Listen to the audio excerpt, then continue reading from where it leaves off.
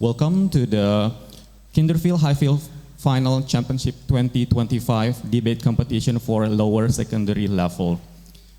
Here we are going to the students compete in our debate competition, but firstly let me introduce myself. I am Mr. Haikal from Highfield, Cirebon. I will be the chairman for the debate competition today.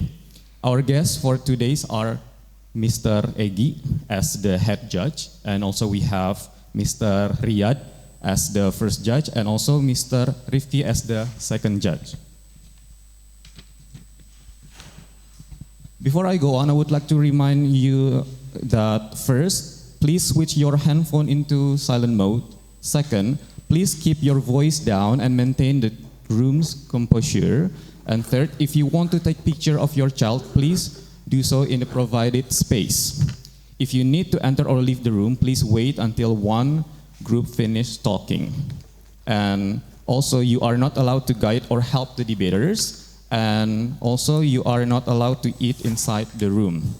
And here are the results of the raffle from the third PIC meeting. We have Team A from Highfield Depok, Team B from Highfield Durensawit, Team C from Highfield Bekasi, Team D from Highfield Cirebon, and Team E from Highfield Bogor. The competition bracket will be done as soon as on the screen you can see. A timekeeper shall be present at each debate to time the speeches. First ring of bell, sign 1 minute warning and POI is allowed. 2 times rings of bell shows that POI is closed, and 3 times ring of bell, the time is up, and continuous ring of bell until the speaker stops. When time is up, participants not stop talking. Any words mentioned after the time is up will not be considered in the judging. Participants should always conduct themselves with dignity and be polite toward other participants and officials. Participants must not disrupt an opponent's speech with any interruptions or distractions such as loud whispering, shuffling of shoes, rustling of papers, grimacing, affected lauders, and so on. The only tools allowed are stationaries and script that may contain data about the motion. Gadgets or any other modern devices are not allowed.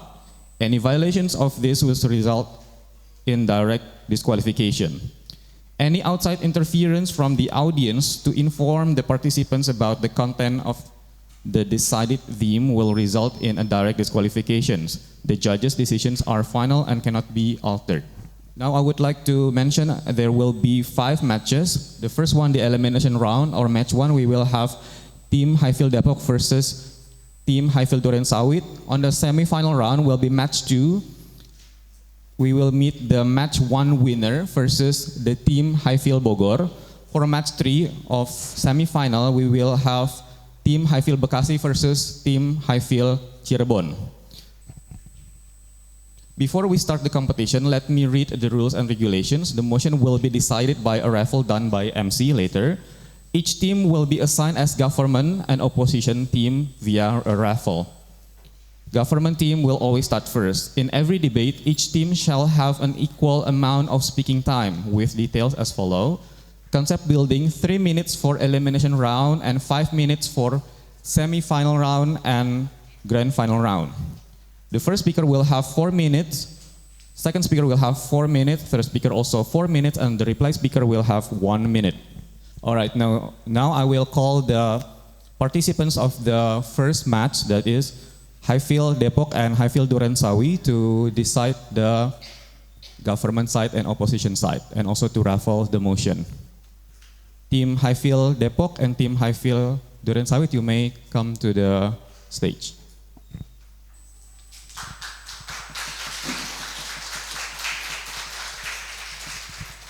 All right, which one? Durensawit? Durensawit and Depok. Which one you pick? Heads or tail? Okay, Depok heads and Durensawit tails. Okay.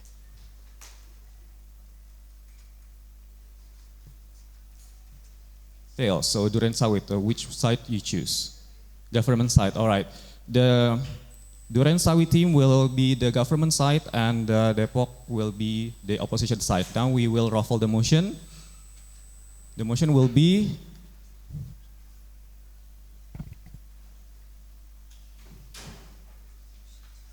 Motion number 2.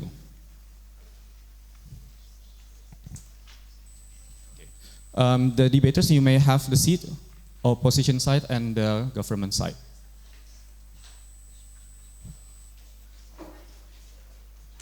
Motion number 2. The motion is, this House would impose higher taxes on imported goods to promote local businesses. Now, each team we will have 3 minutes to have a case building, and you may start the case building now.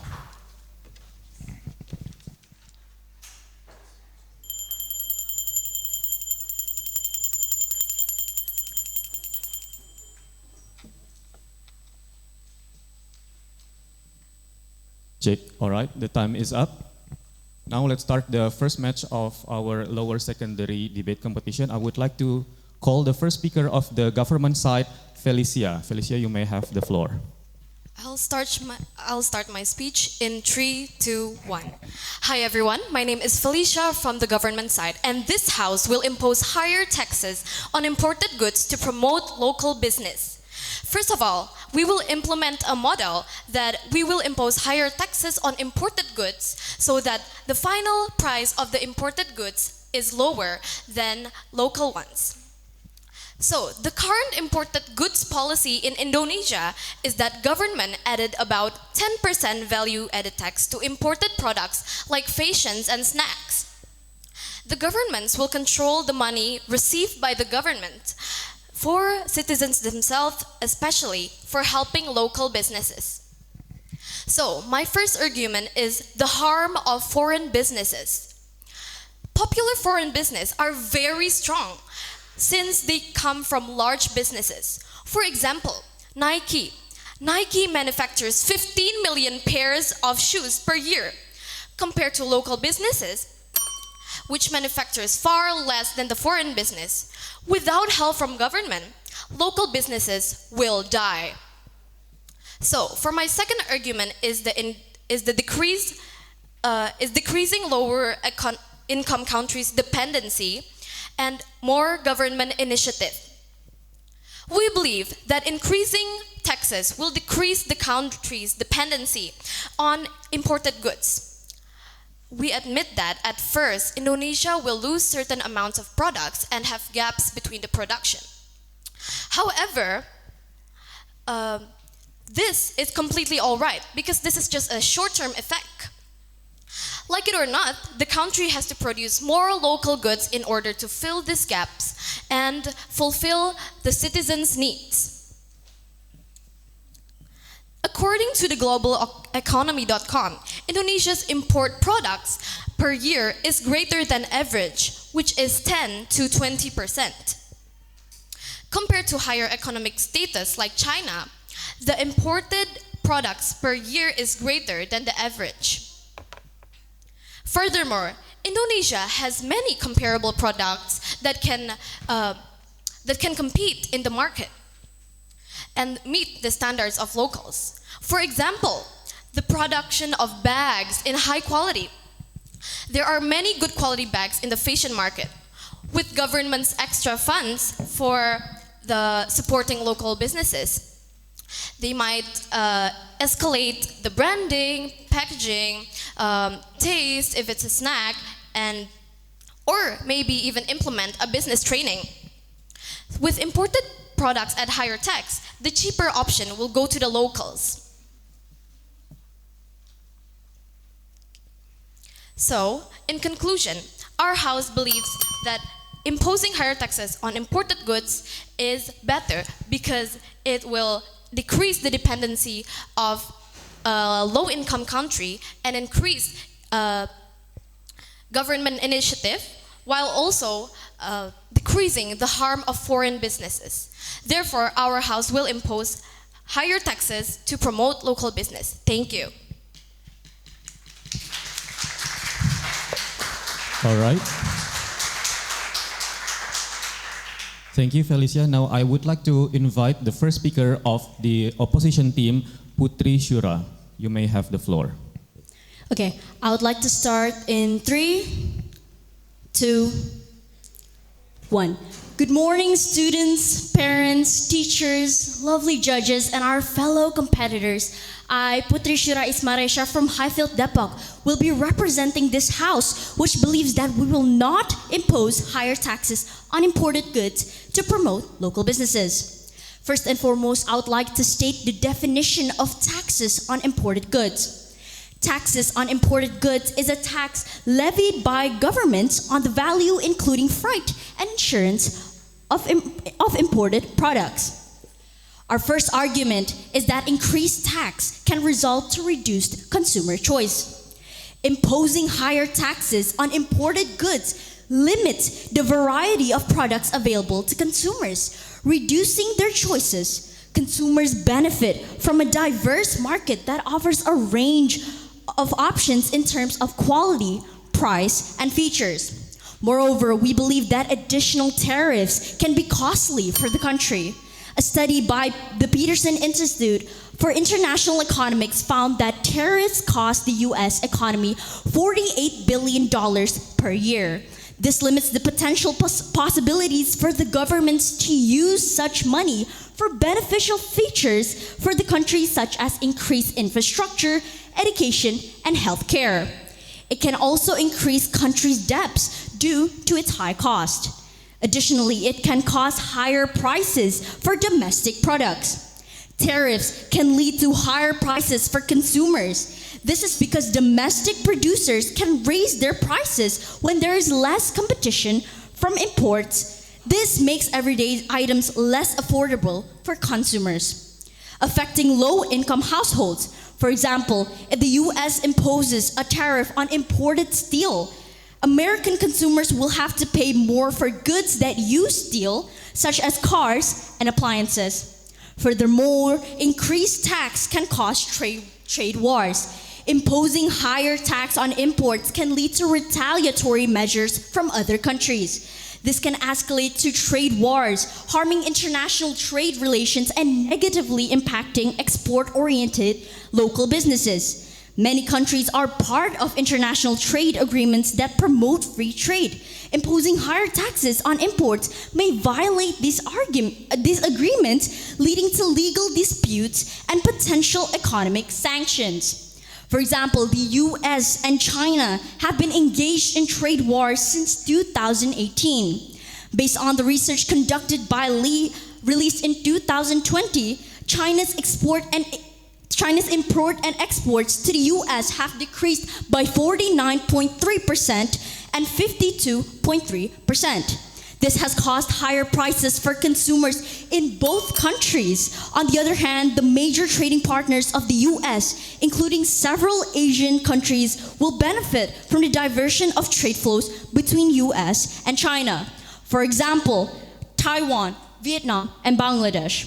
On top of that, it can affect economic growth and development. A healthy economy benefits from a diversified range of industries, including those that rely on imports, components, or technology. Higher prices for imported goods can reduce consumer spending power, leading to a slowdown in economic activity. Reduced consumer spending can negatively impact various sectors, including retail and services, which is why this House believes that we should not impose higher taxes for imported goods. Thank you very much.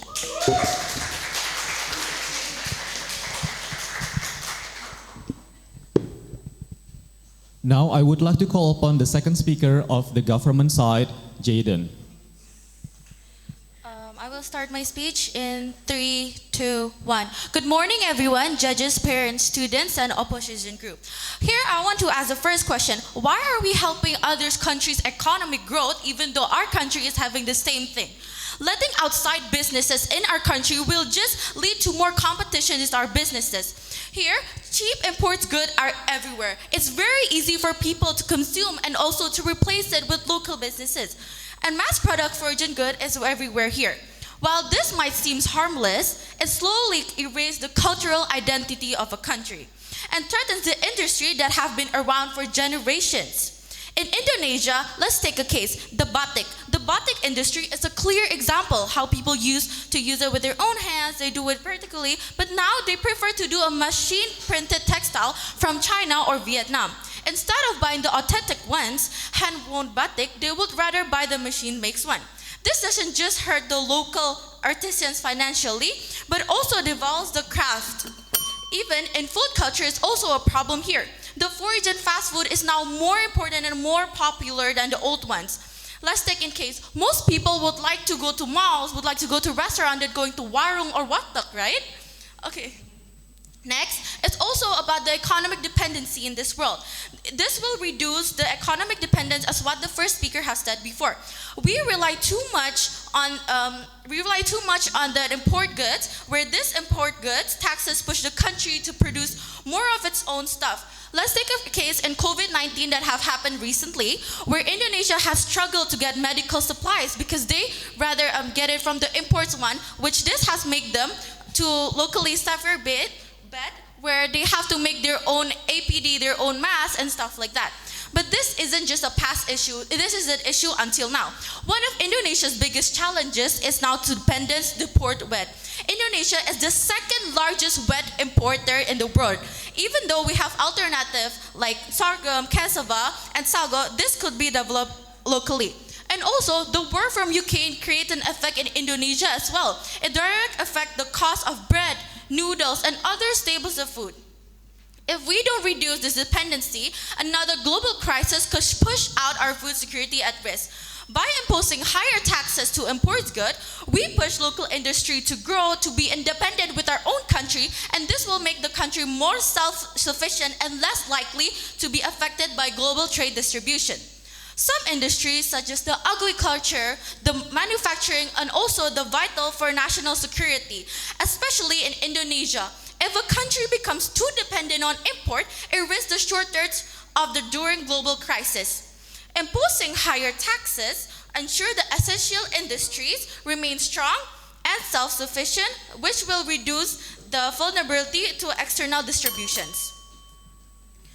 This allows government to invest in domestic infrastructure, research, and workforce development, ensuring long-term growth and resilience. Additionally, this will also strengthen the local industries, which this can lead to price stability. As a reliance on the imported goods, they often make economics vulnerable to functioning global market prices. As I will restate that this government side, we believe that applying higher taxes on import goods will create more advantages than not. Thank you.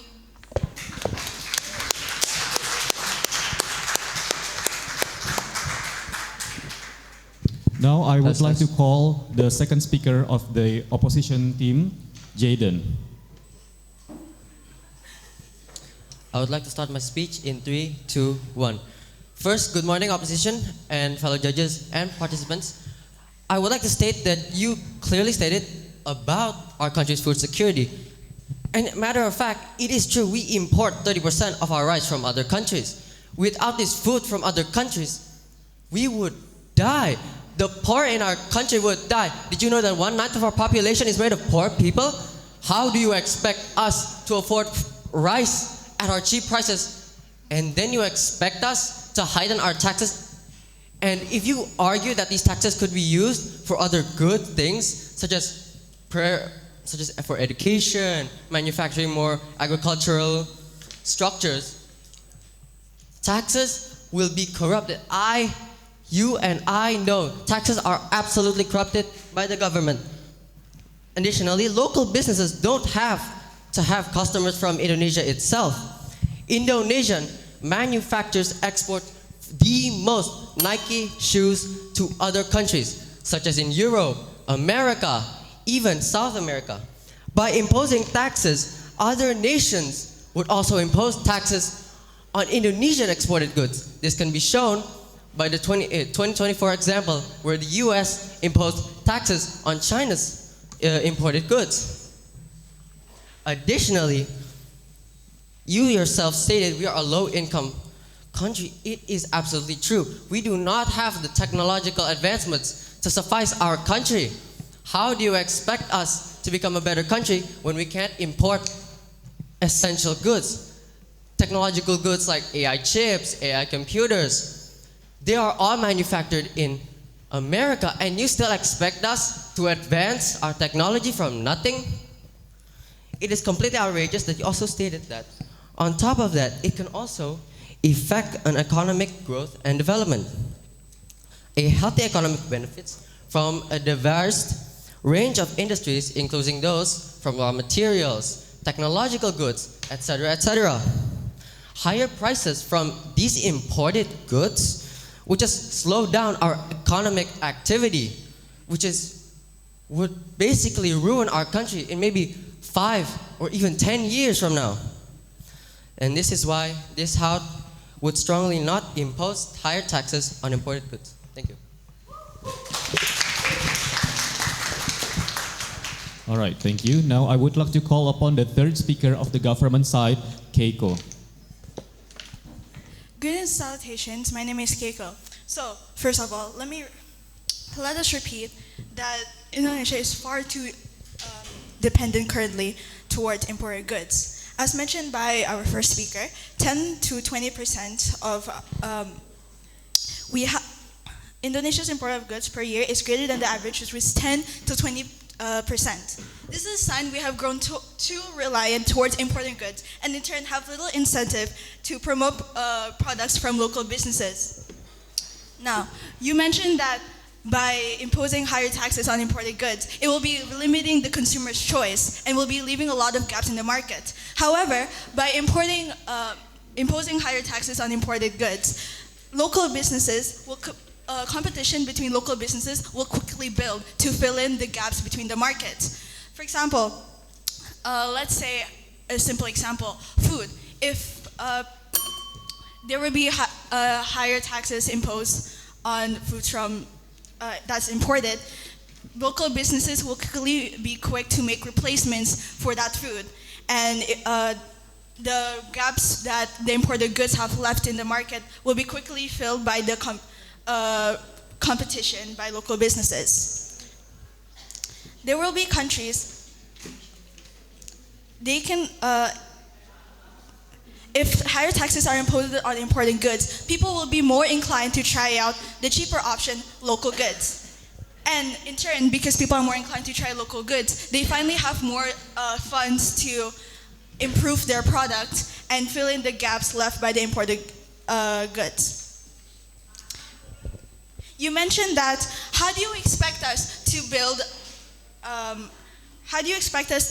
advance and make new technology out of nothing? However, countries like Indonesia, they have something. We have a thriving agricultural sector. We are able to be self-sufficient if we have incentive to develop our technology by imposing higher taxes on imported goods. For example, you say that maybe if we impose higher taxes on imported goods, then there's going to be less rice and wheat. However, since Indonesia has a thriving agriculture, they're quickly able to fill that space in the market and be self-sufficient in producing their own foods and goods. We don't have to be reliant towards other countries. By imposing higher taxes on imported goods, we have more incentive to be more dependent and finally make our own products. What will happen if countries such as Indonesia, which are too reliant towards imported goods, lose their connections? Then people will die. If we impose higher taxes on imported goods, then Indonesia can quickly grow more self-sufficient, and they don't need to rely on other countries and their connections that may disappear in the future. Thank you.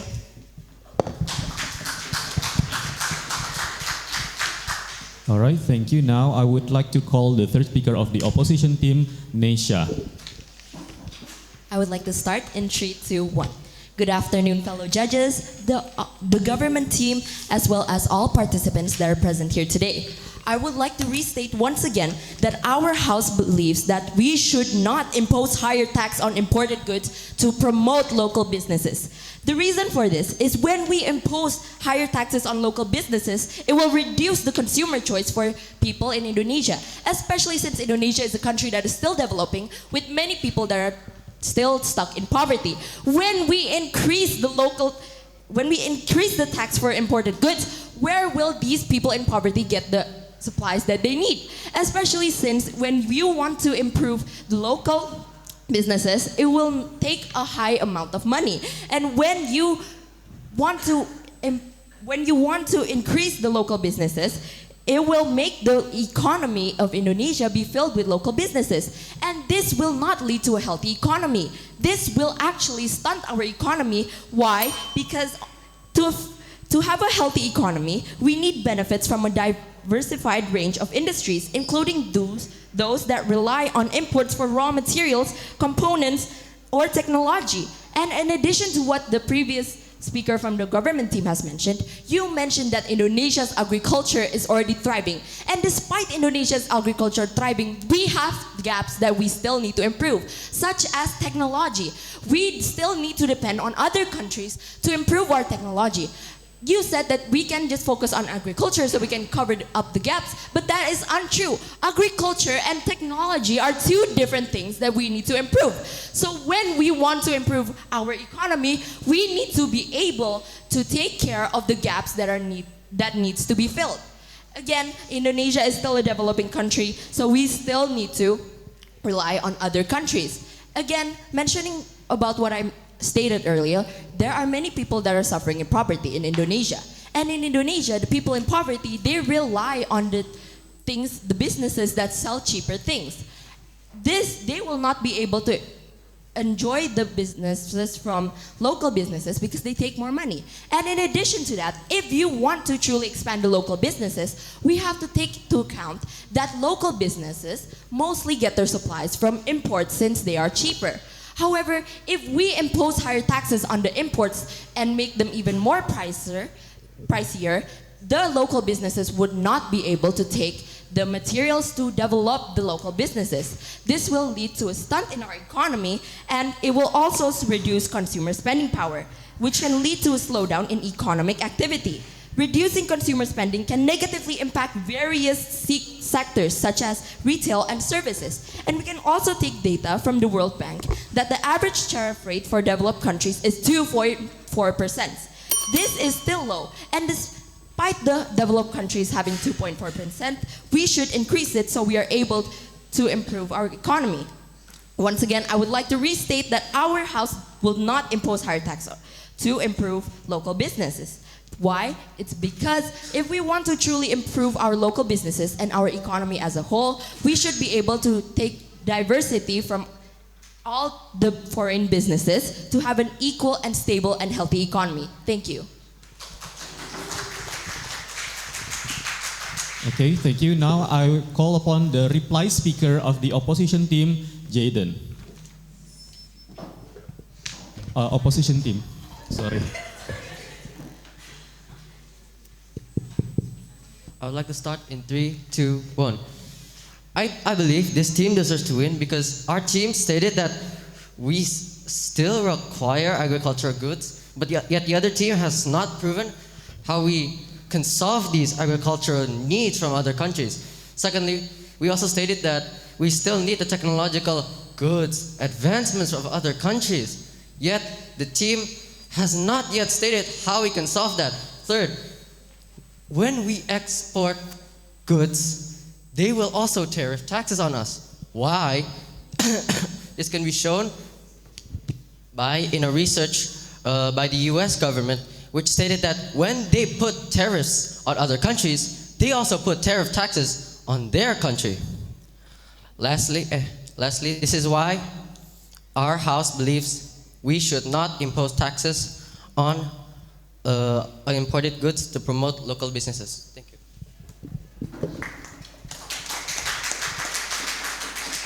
All right, thank you. Now I call the reply speaker of the government side, Jaden.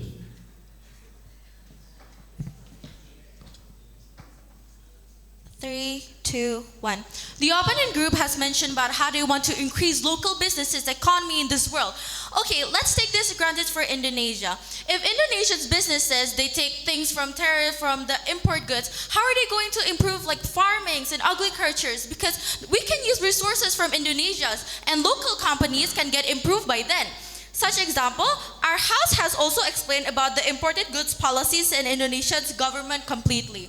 If we keep taking imported goods as one of the resources, Indonesia's local businesses will have more competitions because they will see the quality, and usually import businesses have more quality. But by that, if we can find our ways, our knowledge to improve our local businesses' quality, we can actually win this competition, and our local businesses will also receive the advantages.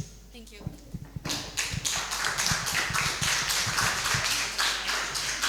All right, thank you. That is the first elimination round or the match one of our today's debate competition. Now I would like to let the adjudicators to have discussion to decide the winner of this match. Thank you.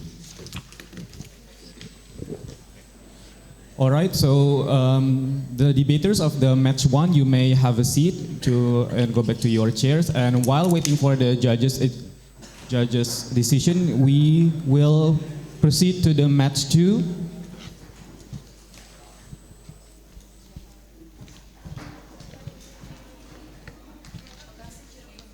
The match two between Highfield Bekasi and Highfield Cirebon. Okay, now we will decide the government and the opposition side. Cirebon, tails or head? Huh? Heads, and Bekasi, tails.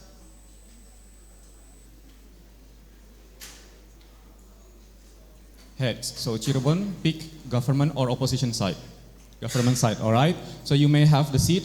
Cirebon, government side, and Bekasi, the opposition side. Now we will raffle the motion, and the motion is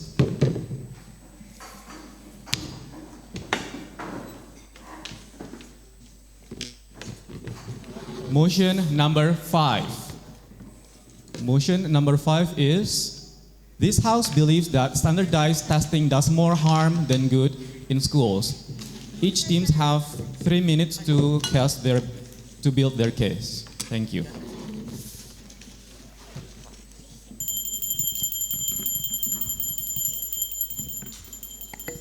All right, the time is up. Welcome to the second match of our lower secondary level debate competitions. On the government side, we have Highfield Cirebon. On the opposition side, we have Highfield Bekasi. Now, I would like to call upon the first speaker of the government side, Fiona. You may have the floor. I will start in 3, 2, 1. Good morning, ladies and gentlemen. Good morning, judges. Good morning, teachers. Good morning, students. So today, I'm going to talk about that this house believes that standardized testing does more harm than good. So what is standardized testing? Standardized test is a test which all students take the exam under the same condition, with the same sets of instruction, and usually scored using a consistent grading system. And currently, the standardized tests are usually used globally in all countries. And these standardized test examples are SAT, ACT, and etc.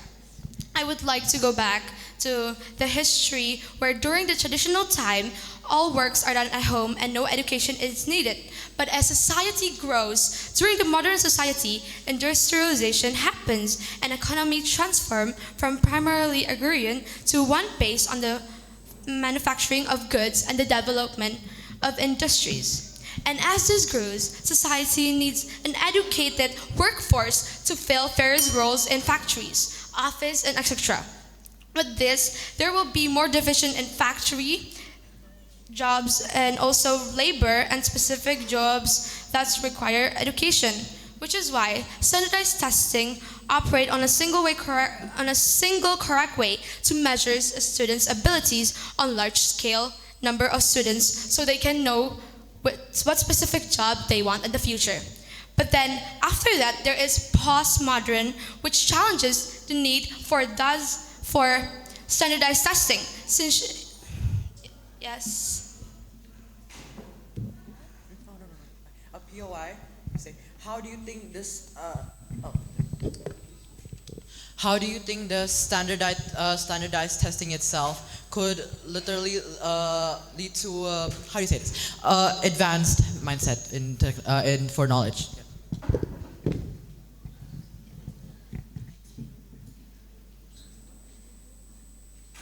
don't understand. I'm sorry, can you explain it one more time? My POI is that basically saying, how do you think the standardized testing could basically improve on students' knowledge?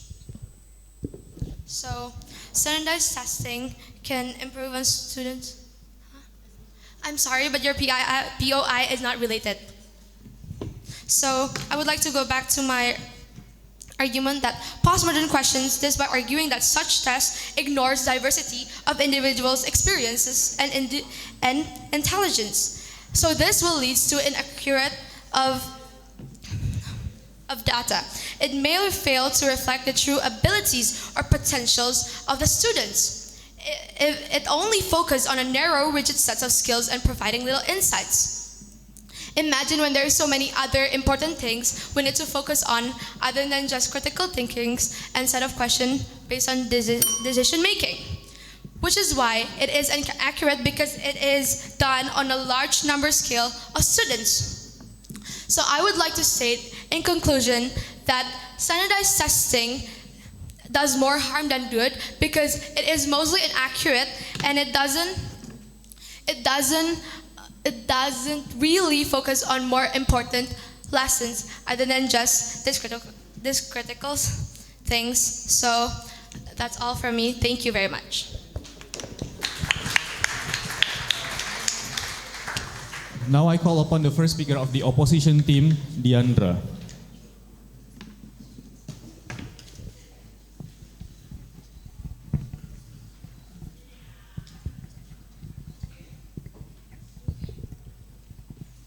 I will start my speech in 3, 2, 1.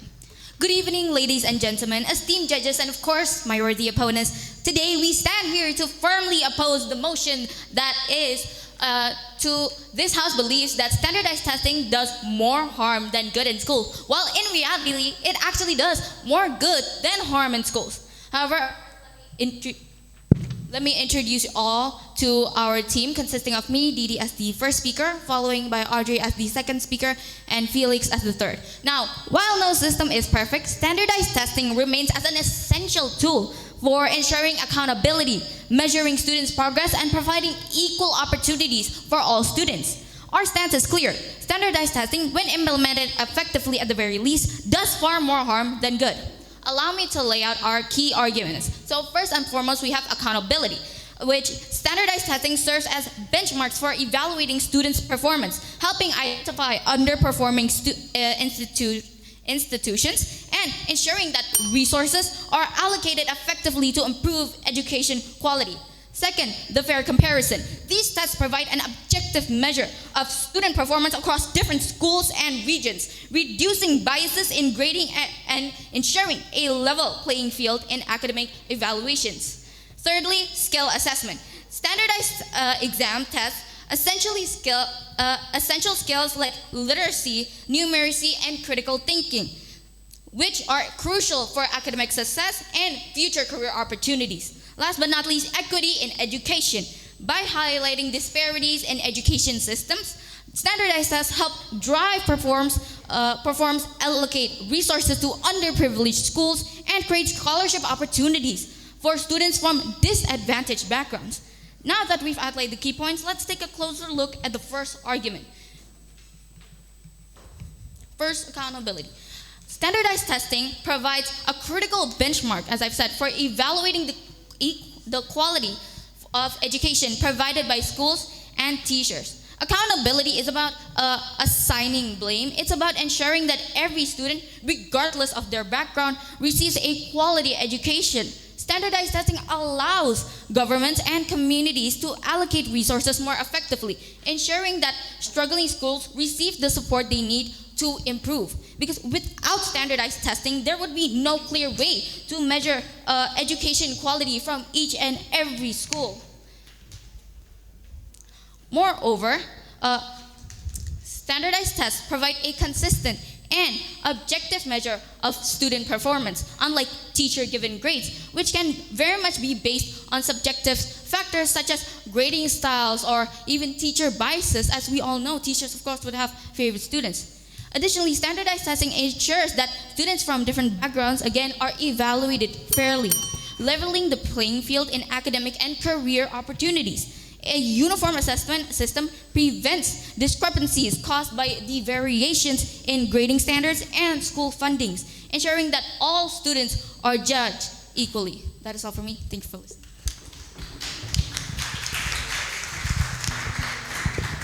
All right, thank you. Now I would like to call the second speaker of the government side, Kayla.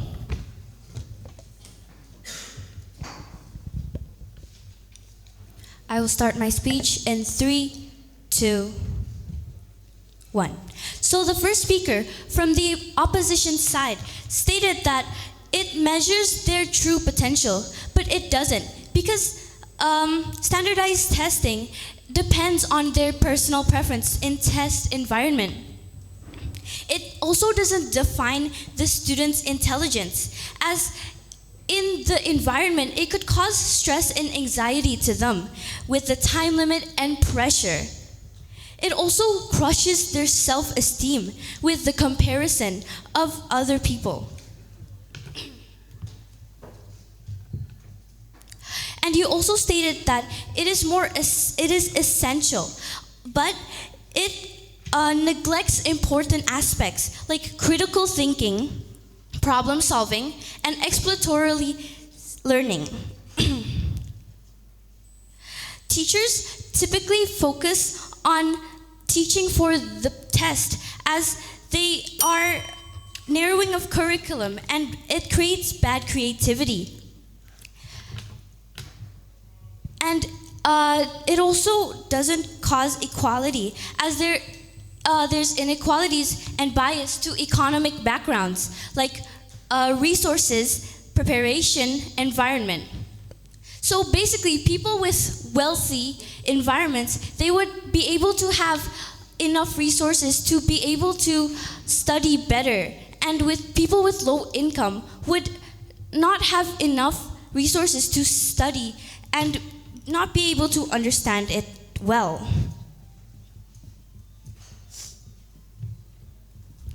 Standardized testing also, different school and teachers have its right to assess their students with a more broader range of skills, talent, and growth, rather than just memorization and test-taking abilities. They should understand better, such as UN and SAT. So my evidence is when UN or UN was still applied, there is a lot of inequality, such as how people pay to have an answer sheet.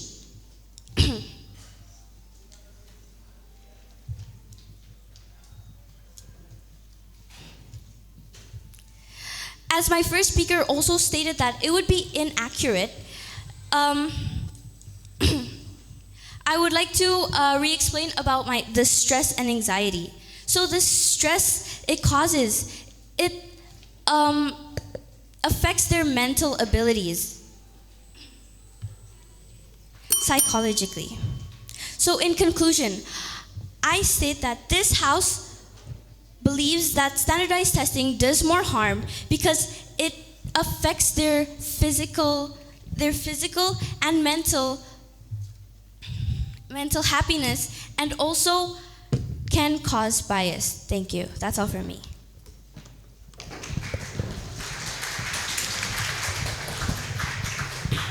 Okay, thank you. Now I call the second speaker of the opposition team, Audrey. I will start my speech in 3, 2, 1. So before I begin my speech as the second speaker, I would like to rebut what the government team has said before. First of all, you said that standardized tests only provide like a narrow curriculum. That is actually not true. Standardized testing does in fact measure essential skills like literacy, numeracy, and reasoning abilities. You didn't mention any of these points, but they are in fact much needed in the real world. You said it doesn't provide critical thinking skills or stuff like that, analytical skills. Yes, it does. Essays, things like that. It makes you it forces you to think critically. And multiple choice questions, it forces you to make the right decisions. These are all things that will help you very much in the real world. And next, you said that teachers will be focused on teaching for the tests. These tests, they help to act as short-term goals for students. They help them grow and develop more in the future. And next, I would like to also rebut what you said before. Standardized testing, it provides them with stress and anxiety. Sure, that might be true at first, but instead of getting rid of standardized testing, instead of believing it is harmful, you should know that pressure is manageable. While testing can be stressful, learning to manage pressure is a valuable skill that you will need in the real world. You cannot keep babying these children just because you think standardized testing is going to stress them out. You're going to take away standardized testing from them. In the real world, you will need to make solutions. You will need to have to deal with these things yourself. You have to grow stronger as a person. So if you're stressed about standardized testing or other tests and stuff like that, there are initiatives like mindfulness programs and test prep workshops. It can help to alleviate student anxiety. And before you say that it doesn't work, research from the Journal of School Psychology indicates that mindfulness programs can significantly reduce anxiety levels in students. And a study found that students who participated in these mindfulness training experienced a 30% reduction in test anxiety compared to those who did not. There are other ways to manage the pressure and the stress and the anxiety instead of taking these tests away from them. And I would like to continue my point, which is a study by the Educational Testing Service, ETS, found that teaching essay writing for standardized tests not only prepares students for exams, but also enhances their overall communication skills. So before you said that it provides a narrow curriculum, doesn't give as much benefits because it's limited. That is not true, because students who received targeted instruction in their writing essays, they scored an average of 15% higher on general writing assessments than those who did not receive such instruction. It trains them to communicate better, to be able to word things better, and to be able to make the right decisions. And I would like to also talk about how standardized tests measure essential skills, and this is like what I said before. A research from the National Bureau of Economic Research shows a positive correlation between high standardized test scores and future earning potential. These standardized tests, they are concrete proof, written proof that you will be able to work somewhat in the future. That this is literal proof, this is written proof that of your skills, of what you will be able to achieve in the future. Without these standardized tests, what will be the proof that you will be able to work in the future? Job interviewers, they will look at your test scores. What else will they look at if you don't have any standardized tests? And overall, I would like to state again as the second speaker, this is why this House believes that standardized testing does not do more harm than good in schools. Thank you.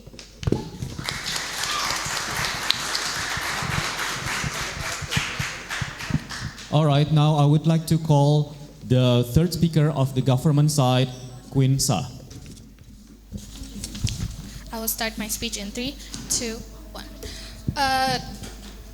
Good morning, judges. Good morning, participants, my opponents, and good morning, students, and good morning, teachers. Today,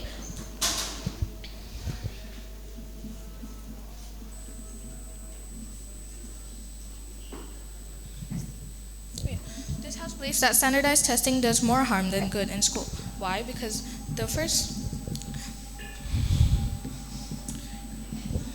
First of all, my first speaker already stated that it is inaccurate. It may fail to reflect the true abilities or potential of the students. It only focuses on a narrow and rigid set of skills. You said that it doesn't, but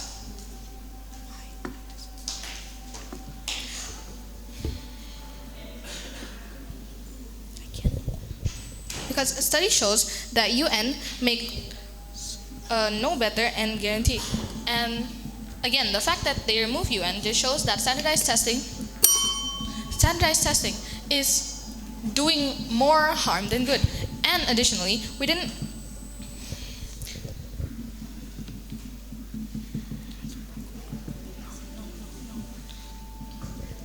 even applying to university in Korea, they need SAT, and if they fail, they will not be able to enter the university that they want, which limits their future opportunities. So, yes. That just proves my point. If you get rid of the standardized testing, then how will people be able to get into colleges?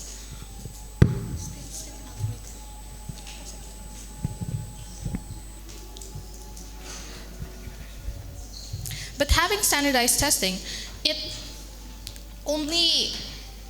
there's only one factor that goes into your university applications, because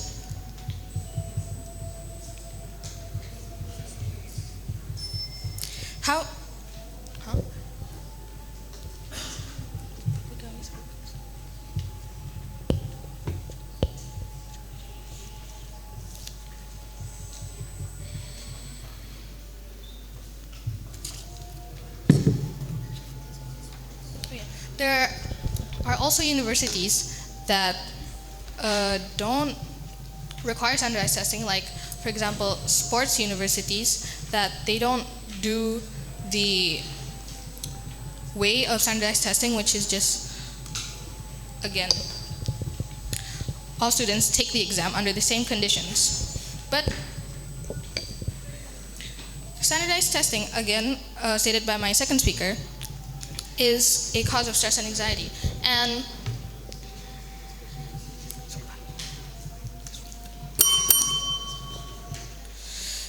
And standardized testing does more harm, and it causes stress. And stress is obviously not good for a growing student's mental state, and it does harm to their psychological state.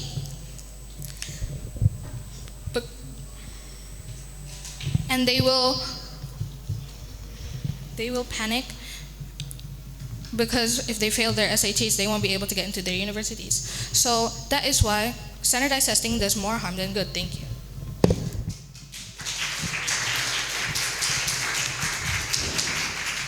Okay, now I call the third speaker of the opposition side, Felix.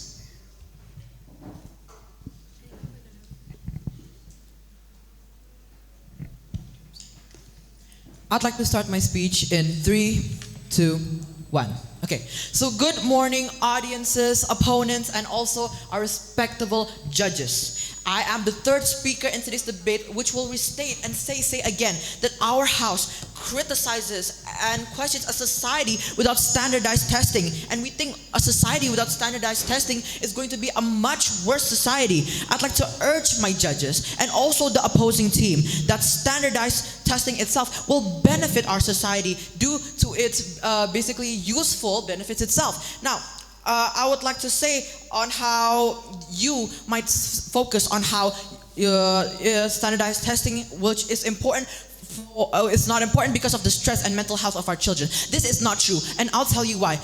You said that it's a stress. Oh, standardized testing will give stress. Standardized testing will give us anxiety. Well, this is not true in some sort of way. You see, standardized testing is what can make us grow our pressure. Do you think that in the real world that we will not face as pressure? It is better for us to face pressure in standardized testing when we're still in the young age. So why? So we can handle pressure more and more and more as we grow. This is a sign of significant development, and not in academics, but also in our personal development itself. You also state on how sports universities don't need standardized testing. This is the point itself. It's a sport university. It's away from academics, which doesn't need standardized testing. So of course sports university doesn't need standardized testing. Instead, in the real world, in where education is basically in academic terms in many societies, yes, they do need standardized testing. How are you so sure to that if you're going to be successful, you're not going to that you don't need standardized testing. It does, because it gives a brief review on your grade, on what you did and your lessons. Standardized testing does this, get you to the right university if you're lucky, and literally can grow your future for the better. Now, I'd like for us to see where we are, what grade we are, and how we achieved it. All of those were helped by standardized testings. We increase our level in the education system because of standardized testings. You might say on how standardized testing itself could literally basically cause narrow curriculums. Again, this is literally not true. My first speaker has said that the reality is that these tests serve as a crucial tool for improving education. Stress, again, is a part of many challenges that is all over the world, and we as students should face them here right now, on how we can handle stress, on how we can basically develop stress, on how later in the future on we can handle stress in a better way. Now, without standardized testing, how would we measure educational progress on a large scale?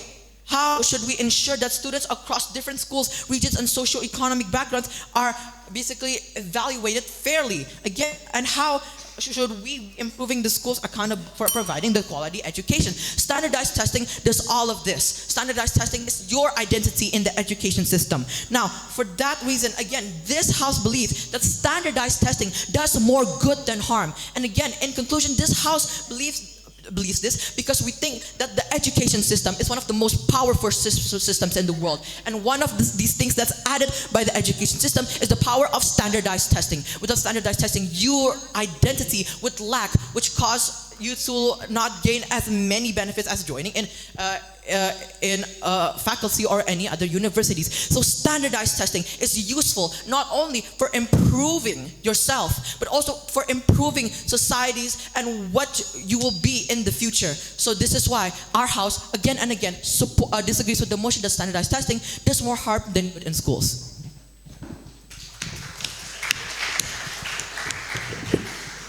Okay, thank you. Now I would like to call upon the reply speaker of the opposition team, Diandra. I will start my speech in 3, 2, 1. Ladies and gentlemen, the proposition has claimed that standardized testing harms students, but removing it would cause greater and greater issues. Without standardized testing, how do we objectively measure student progress and school effectiveness? Building accountability for schools to reflect on their teaching methods and how they reallocate their resources is the sole job of these standardized testings. And then standardized tests also reveals the gaps in education, allowing targeted support. And limiting them hides the problem instead of actually solving it. Additionally, tests teach us resilience, an essential skill for university and careers. So removing it would actually create more harm for students as they are unprepared for the actual real world. That is all for me. Thank you for listening.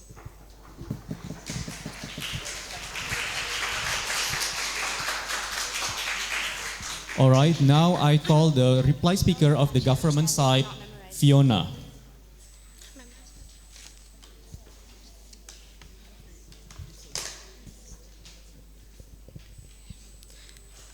I'll start in 3, 2, 1. So basically, they stated that we would ban standardized testing, but we did not state that we would ban standardized testing. That's first of all. And they said that it would cause equality when it doesn't cause equality, as how my second speaker has stated. And going back to the postmodern questions, they're ignoring the fact of individuals' experience and intelligence, which is why we should win. And we have also stated that bias inequality costs to people memorizing the question because they know cheat papers rather than actually really studying them. So in conclusion, I believe that we should win. Thank you very much. All right, thank you. So that is the second match of our debate competition for lower secondary levels. Now, I will let the debaters from both sides to have a seat while we are waiting for the decision of the first match. Okay, so before we proceed, we will hear the decision of the first match first.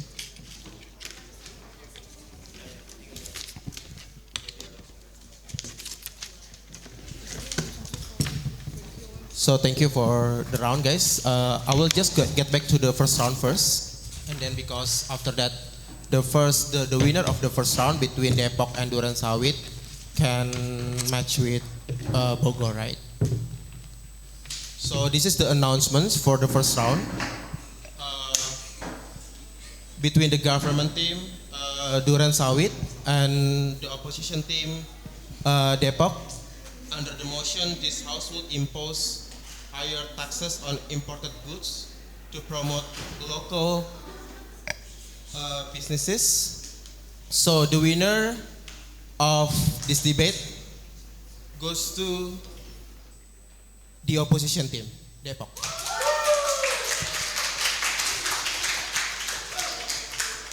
So we will start the match between Depok and Bogor. The MC can start there. All right, thank you very much. All right, now as we have the announcement of the match one, we will have Depok as the winner of the first match will meet Highfield Bogor to have the third match. Now I will call the team from Highfield Bogor and Highfield Depok. So now we will decide the government and the opposition side for Highfield Depok, head or tail? Heads and tails, Dep.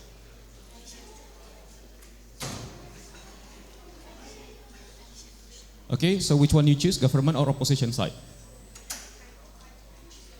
Okay, so for the third match, the Highfield Depok will be the government side and Highfield Bogor will be the opposition side. And now we will raffle the motion. The motion is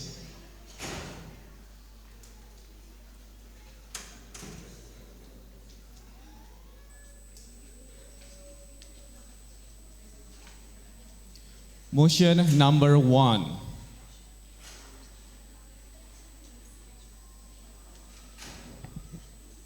Motion number 1 is this House believes that students should be allowed to evaluate their teachers at the end of each terms.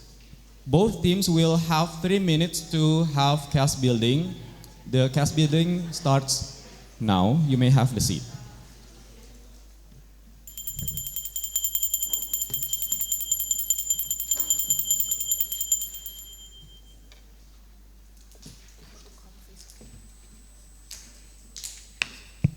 All right, the time is up.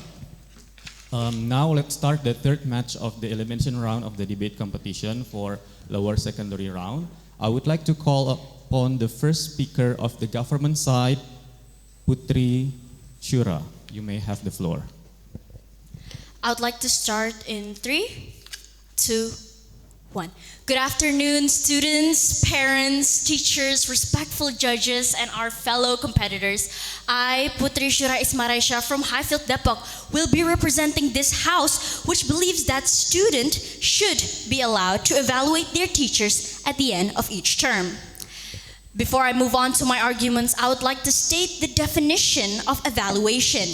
Evaluation refers to making a judgment about the amount, value, or maybe the number of something. Our first argument is that the evaluation are able to empower our students' voices and agency. Students' evaluation encourages students, recognizing them as active participants in their education and not just passive recipients. This aligns with the current educational practices emphasizing student-centered learning. Giving students a voice fosters ownership and responsibility, increasing investments in the learning process. OECD research demonstrates a positive correlation between schools actively soliciting and acting on students' feedback and improvement in students' well-being and academic performance. For example, a 2017 OECD report highlighted that schools with strong student voice mechanisms often see better student engagement and more positive school surroundings. Additionally, evaluation at the end of the term provides valuable feedback for teacher improvement. Student evaluation offers unique insights into teaching methods, classroom management, and communication styles that teachers might not otherwise perceive. Constructive feedback helps teachers identify blind spots and refine their approaches to better meet diverse student needs. This can be reinforced by a meta-analysis published in Educational Research Review released in 2012, which stated that student feedback, when combined with other forms of evaluation, can be a valuable tool for teaching professional development, leading to positive changes in classroom practices. Research indicates that they can provide valuable feedback on aspects directly affecting their learning experience, such as clarity of instruction, teacher enthusiasm, and classroom management. Additionally, while individual students' comment might be influenced by a personal feeling, the aggregate feedback from a large group of students is far more reliable. This is proven by a study by Sporn et al., released in 2019, found that aggregated students' evaluation have a strong acceleration with teaching quality. Moreover, evaluation can lead to increased student engagement and motivation. When students feel that their opinions are valued, engagement and motivation often increases. Knowing their feedback are able to contribute to a positive change empowers them to take more active roles in their learning. A study in the Journal of Education Psychology released in 2010 suggested that when students believe their feedback is taken seriously, they report higher levels of motivation and greater sense of belonging in the classroom. Furthermore, evaluations of students promote accountability and transparency of students. Furthermore, transparent processes for collecting and responding to student feedback demonstrates a commitment to valuing student perspective, fostering a strong sense of community and trust among students, teachers, and administrators, leading to a positive change in classroom environments, which is why this house believes that evaluation should be done at the end of the term. Thank you. All right, thank you. Now I would like to call upon the first speaker of the negative side, Hazel Liora.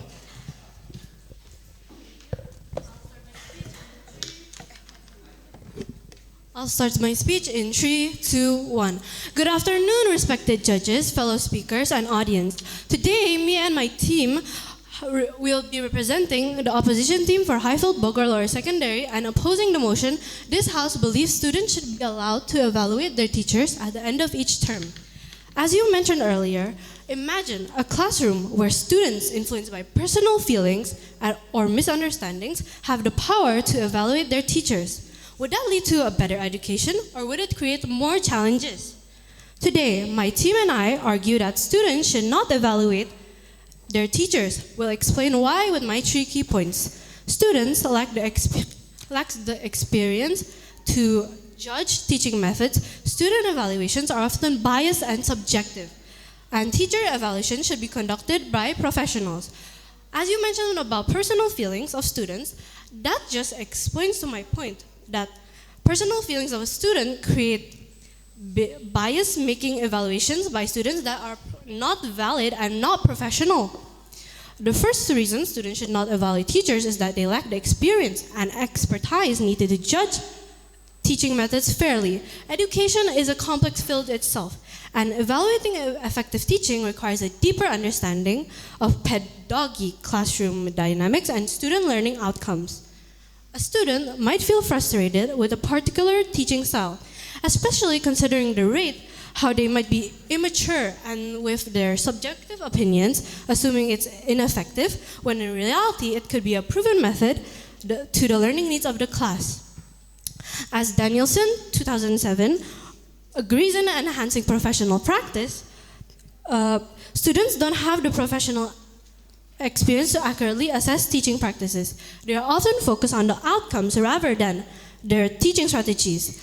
A teacher may use a strategy that takes time to show results, but students prematurely judge it as ineffective because they don't see immediate progress. Secondly, the students' evaluation are biased and subjective. Personal experience, grades, outcomes, or even conflict with the teacher can affect how students evaluate their teachers, or in other words, personal feelings. For instance, students who struggle in class or receive lower grades may rate their teachers negatively, not because of poor teaching, but due to frustration or personal dissatisfaction. Research by Bender and Haywood 2009 shows that peer evaluations often reflect biases, and the same holds for student evaluations. A student's personal feeling towards a teacher can heavily influence their feedback. A friendly, approachable teacher might be judged higher than unfriendly and result in dissatisfaction for the students. Even if the teaching methods themselves are not effective. On the other hand, a teacher who challenges students may receive lower ratings despite providing an educationally enriching environment. This subjectivity can make student evaluations an unreliable tool for assessing teacher quality. The third point is that teacher evaluation should be conducted by qualified professionals, not students. Teaching is a multifaceted profession, requiring knowledge of content delivery, classroom management, and the ability to adapt to different student needs. Teachers are experts in their subjects, but evaluating them requires specialized skills that most students haven't fully developed yet. As March 2007 discusses in Educational Leadership, evaluations should be carried out by administrators or instructional specialists who understand educational theory and practice. These professionals are trained to assess teaching in a way that takes account in various learning outcomes. Some may argue that. Thank you.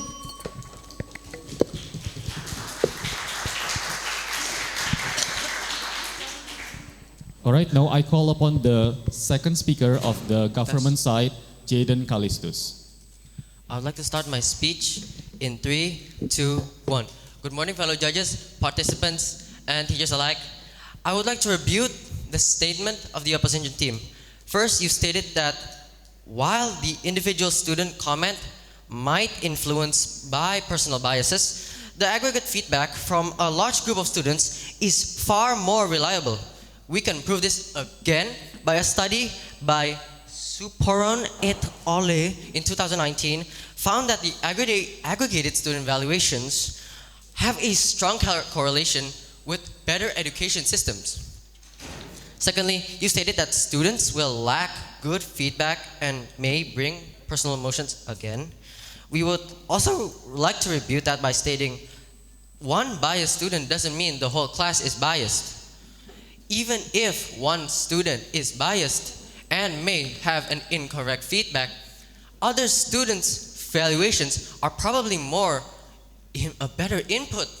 It will help these students improve their education systems. Don't you want a good teacher?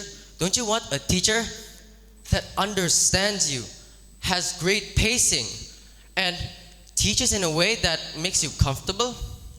I would like also to state that you stated that we should also have teachers be evaluated by professionals. I absolutely agree. But we should also have evaluations from students. Why? Students understand the teacher more than any professional could. Students understand the emotions of these teachers. Then again, who are receiving this education system? It's not the teachers, it's not the professionals, it's the students. It should be the students who get a right to have a say in how their teacher should be, who they should be, how should they act. Isn't that right?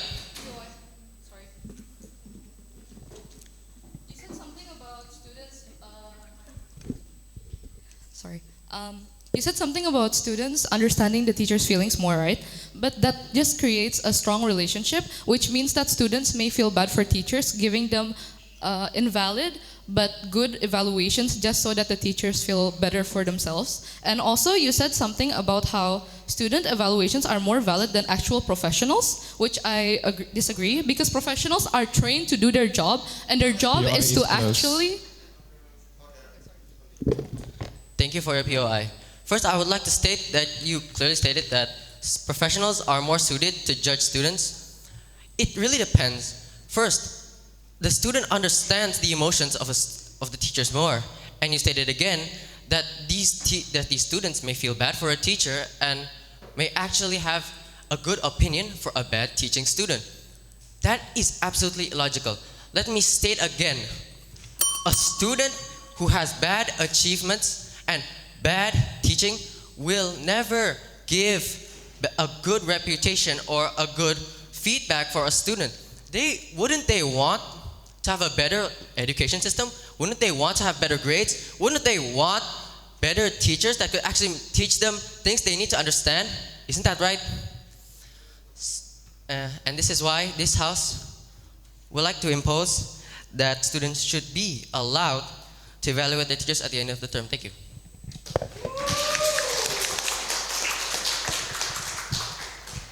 Now I would like to call upon the second speaker of the opposition side, Mariah Claire.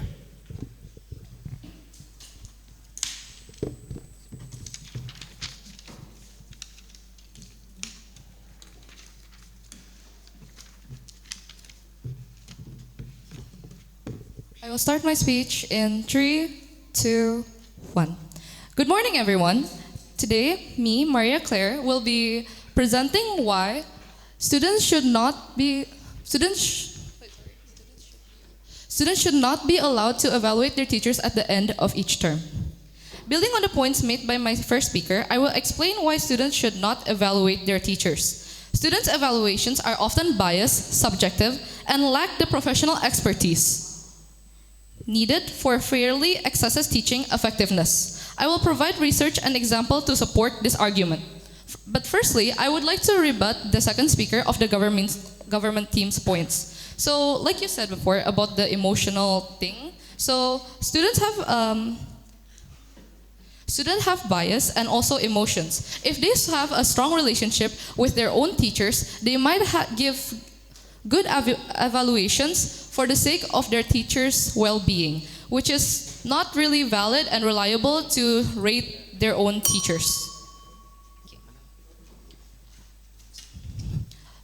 Like I said before, students have bias and subjectivity. So the first major issue with student evaluations is their inherent bias. Student perceptions of teachers are often influenced by personal feelings, academic performance, or interpersonal dynamics, rather than teaching effectiveness. Research has shown that students who perform well in class tend to rate their teachers more favorably, while those who struggle may provide negative feedback regardless of the teacher's performance, like what my first speaker said. Bender and Hayhood, 2009, found that student evaluations are often based on grades rather than the quality of teaching. If a student receives a low grade, they might attribute it to a teacher's poor performance, which elaborates my point on how students have emotions and they tend to blame teachers about their bad grades, rather than their own academic struggles. Additionally, a teacher's personality, such as being approachable or strict, can heavily influence ratings. Even if teacher methods are effective in promoting learning, this subjectivity leads to unreliable evaluations which cannot accurately assess teacher quality. Risk of teacher manipulation. Student evaluations may also encourage teachers to cater to student preferences, potentially undermining the quality of education. When student evaluations are tied to promotions or job security, teachers might feel pressured to alter their teaching styles to receive positive feedback, like I said before in my POI.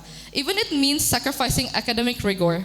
A study by the Chronicle of Higher Education 2011 found that when evaluations impact teacher tenure or promotion, some instructors may simplify their lessons or avoid challenging material for their own students in favor of boosting their ratings.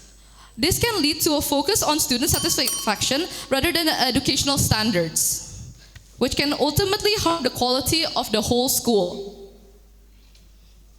The need for professional evaluations. Teaching involves many factors that students are not equipped to evaluate. As March 2007 discusses in Educational Leadership, professional evaluations provide a more comprehensive and objective view of teaching effectiveness.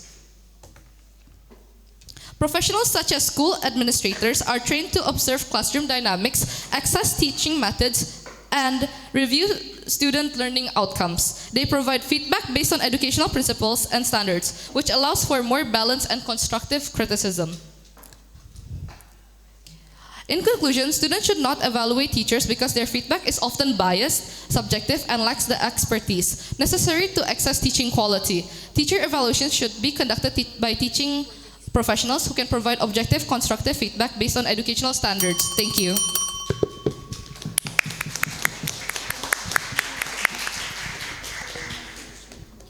Now I would like to call upon the third speaker of the government side, Nesha. I would like to start in 3, 2, 1. Good afternoon, fellow judges, the opposition team, as well as all participants that are present here today. First of all, I would like to rebut what the opposition team has mentioned. First, they mentioned that students should not be able to evaluate their teachers at the end of each term because they might provide biased information. This is false because again, teachers not only teach one students, but they teach multiple of students per class. And this is only per class. There are more classes that teachers teach, and they will of course be able to take the real information from each student. Once again, I would like to rebut that teachers are professionals. They are grown-ups that have the jobs to be able to evaluate, to take the evaluation from students. Since they are professionals, they are able to differentiate which students actually give important feedbacks and which students are only giving biased feedbacks due to their grades and etc. I would also like to rebut that what you said that about students lacking expertise and experience to evaluate their teachers. This is Sorry. You said something about how teachers can differentiate students from bad and good evaluations, right? Isn't that not fair? It's like filtering that they want to only hear the good evaluations instead of the bad ones. And also, the main subject of this motion is the students, not the teachers. So you said how teachers are professionals and they won't be biased. I'm not saying that teachers are biased. I'm saying that students are biased. Thank you. Thank you for your POI. I would like to reply to that by saying that teachers are not filtering with students' opinions to listen to, but I meant that the teacher should be able to know which to take seriously and which might just be a joke or be based on their information. And again, teachers are professionals. Their jobs are to teach the students. So when the students are not receiving the proper education that they need, they should be able to complain. If they do not have this ability to complain, what if their teachers are giving bad examples? What if they're teaching at a bad pace? What if they're teaching the improper things that need to be taught? The student should be able to complain because again, students are the first person to be taught by the teachers. Professionals are only a third-party person and they do not stay between the classes. The actual people that are being affected by the teacher's teaching are the students. This is why the students should be able to evaluate their teachers at the end of each term. I would also like to mention that not only students need feedback, but teachers too need to be evaluated since teachers are also human and they aren't robots that will never make any mistakes. When they make these mistakes, sometimes they might not realize it. And to be able to realize it, they need the help of the students who are always with them in the class to tell them what areas that they are lacking and what they should improve. And again, when you said that student satisfaction might improve the evaluation might affect the evaluation that they give to the teacher. However, student satisfaction is when they receive good education from the teachers. When they have the proper education that is taught properly by the teachers, it will make them satisfied. And this is why, once again, our house believes that the students should be able to evaluate their teachers at the end of each term. Thank you, everyone.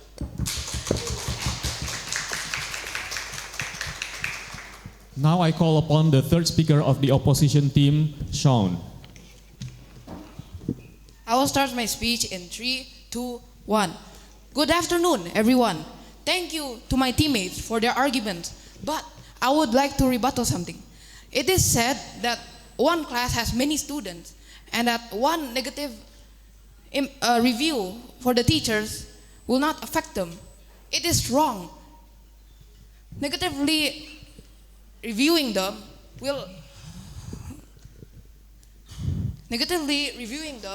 will later disturb the teachers. We can see from this in social media. One negative comment can make someone's life worse. Point 1. Students' evaluation are often heavily influenced by personal feelings and experience, which can make process highly subjective. For example, students who receive a low grade may be more likely to give a negative feedback, even if grading was fair. Conversely, teachers who are lenient or provide more fun lessons may receive better evaluations, even if their teaching methods don't foster deep learning. A 2016 University of Reading study found that female professors were rated lower than male professors, despite teaching identical content. This shows how gender biases can affect student feedback. Furthermore, websites like ratemyprofessor.com often shows that students rate teachers based on their personalities rather than their teaching effectiveness, with strict teachers receiving poor reviews even if they produce high quality education. Students simply lack the expertise needed to properly evaluate teachers' performance. Teaching involves complex skills like lesson planning, classroom management, and adapting to various learning styles. Skills that students who are not trained in pedagogy are unlikely to fully understand. Research from Harvard University found that students tend to rate teachers favorably when the materials is easier to understand or when they have a personal connection with the instructor. This is not a true reflection of teaching quality. Teachers are trained to deliver content in a way that meets educational objectives. But students may not be able to recognize or appreciate these efforts, which makes their evaluation unreliable. When evaluations are tied to teacher performance review or job security, teachers may prioritize making students happy rather than focusing on challenging them academically. This is dangerous because it encourages teachers to lower academic standards in order to receive positive evaluations. A 2011 study in the Chronicle of Higher Education highlighted that when New York public schools use student evaluations, many teachers admitted to dumbing down courses to receive higher ratings. This shows that student evaluation can compromise educational quality by incentivizing teachers to focus more on popularity than rigorous teaching. In conclusion, while student feedback can offer some insight into a teacher's effectiveness, it should not be the primary method for evaluating teachers. Students' evaluations are often biased, lack the necessary expertise, and can pressure teachers. Thank you.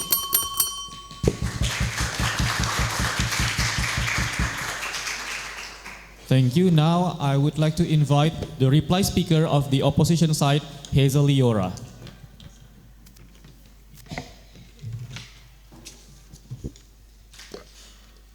I'll start my speech in 3, 2, 1. In conclusion, we believe our team should win this motion because, as you said, students have emotion, and because of this, if they have personal bias feelings like grudges or against a teacher, they won't think twice before giving a bad review. They won't have sympathy if they have personal grudges or subjective opinions on the teacher. Teaching involves complex methods that go beyond student preferences, and students are typically not equipped to recognize effective pedagogical strategies. So, professional evaluations by trained educators and administrators, as seen in high-performing education systems like Finland, are a more reliable and objective way to assess teaching. Teachers should be evaluated by experts who understand the broader educational goals, not students whose opinions can be influenced by personal experiences. That is all for me and my team. Thank you. Now I call upon the reply speaker of the government team, Jaden Kalistus. I would like to start in 3, 2, 1. Good morning, teachers and parents and judges alike. Today I would like to rebut why this team should win the motion that students should be allowed to evaluate their teachers at the end of the term. First, the students are the people who are being taught by the teachers. It's not the professionals, it's not other teachers, it's the students. Second, you stated about an example of the Harvard students. That is completely wrong. Shouldn't a professional teacher be able to simplify the subject, no matter how hard it is, so that the teacher can swallow it? So that a student can be able to swallow it and digest that information? Necessarily, areas that the teachers should be able to improve should be necessary. Student evaluations can help these teachers improve on the areas that they may lack, etc., etc. Thank you, and this is why this house believes that students should be allowed to evaluate their teachers at the end of each term.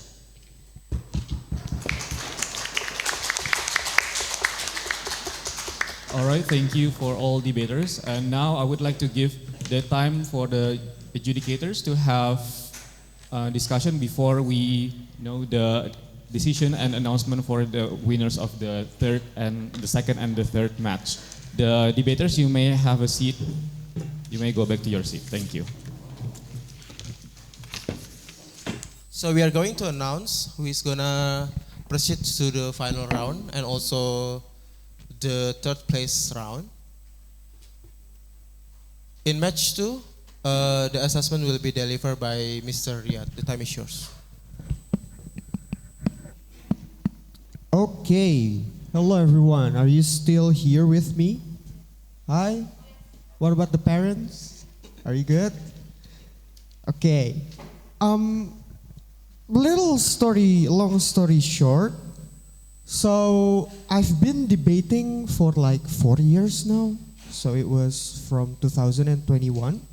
Currently I am on my 8th semester, so I haven't yet graduated. Hopefully I'm graduating this year. But yeah, 4 years of debating, going here and there, and I still cannot beat my girlfriend in a debate. She would always win all the time. Man, but in a seriousness though, if you are interested in debating, or maybe, have you heard about Model United Nations? Yeah, these guys in front of you, Kak Rifki already gone to USA, right? To the States. You've gone to the States before. France, the head judge here, invited by the Ministry of Educations. Do you know the Ministry of Educations? Yes, in one of their events as well. Me, last year, November, I went to Trump's enemy. Do you know Trump's enemy? Exactly, I went there. And it was fun, it was really fun, even though in Hong Kong, I was delayed because it was very tight, the security and everything. But it was fun, it was really, really fun. So I'm glad that you guys here are, doing debating. You guys are very amazing. Keep going, continue in university. It's gonna be fun. You're gonna talk about politics, economy, philosophy. You're gonna talk about nihilism. Do you know nihilism? You're gonna talk about political spectrum, the liberal, conservative, and everything. It's gonna be really, really fun. Can you guess my major though? Can you guess my major? Law? Anyone? Communications? No? Because the time is already sangat-sangat mepet, kita langsung aja. I'm majoring in physics, by the way.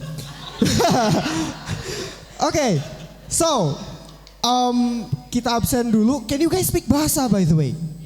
Ya udah, kita pakai bahasa Indonesia aja. Highfield Bekasi, opposition, you here?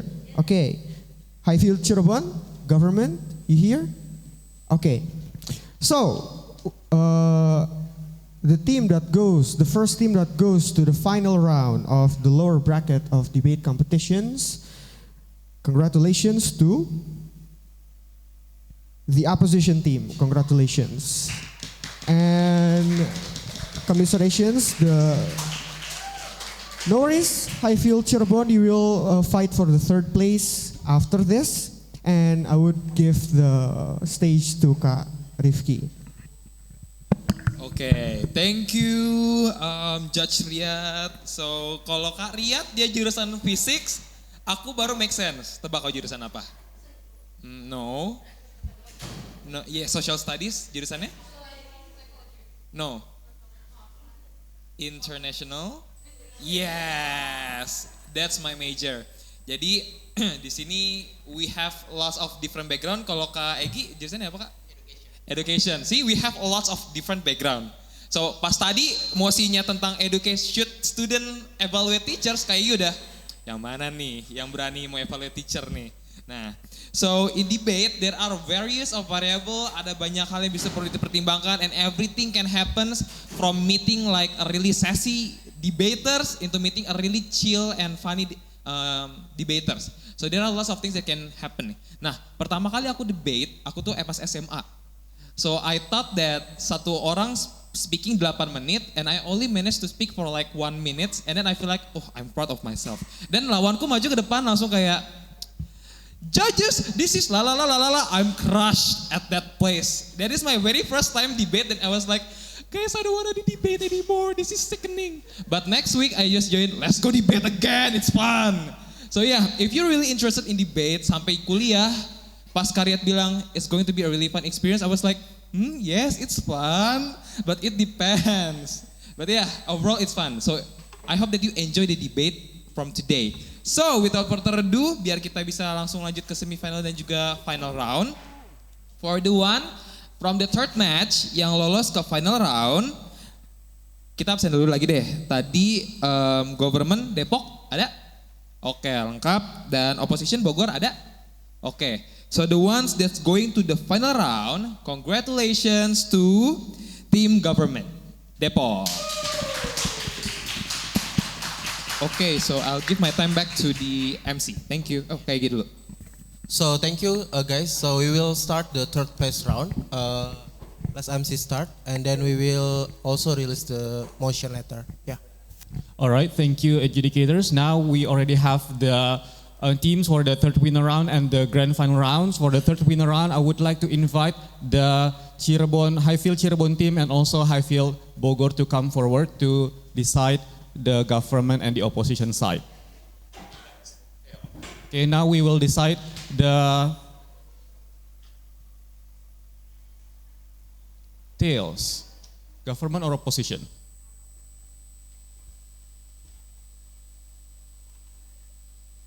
Decide now, please. Government side, okay. So Highfield Cirebon will be the government side and Highfield Bogor will be the opposition side. Now we will raffle the motion for the third winner round.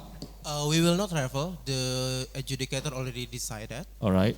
So we are going to use impromptu motion. That means that it is not prepared motions. And then the motion would be this one. This house will ban the animals kept in zoos. All right, thank you. So the motion for the third winner round is this house would ban the animals kept in zoos.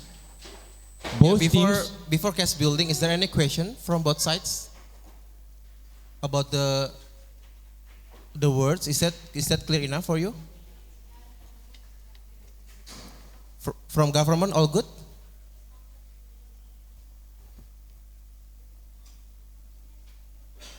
All good? Okay. From opposition, all good?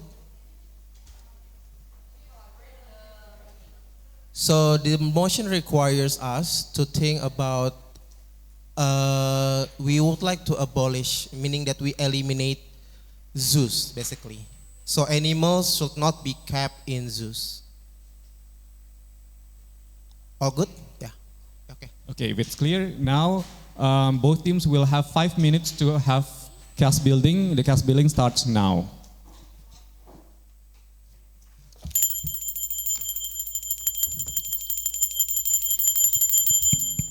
All right, the case building time is over.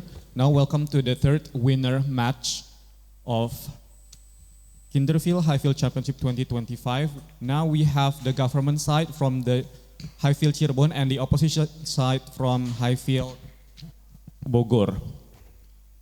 With the motion, this house would ban the animals kept in zoos. I would like to call upon the first speaker of the government side, Fiona. The time is yours.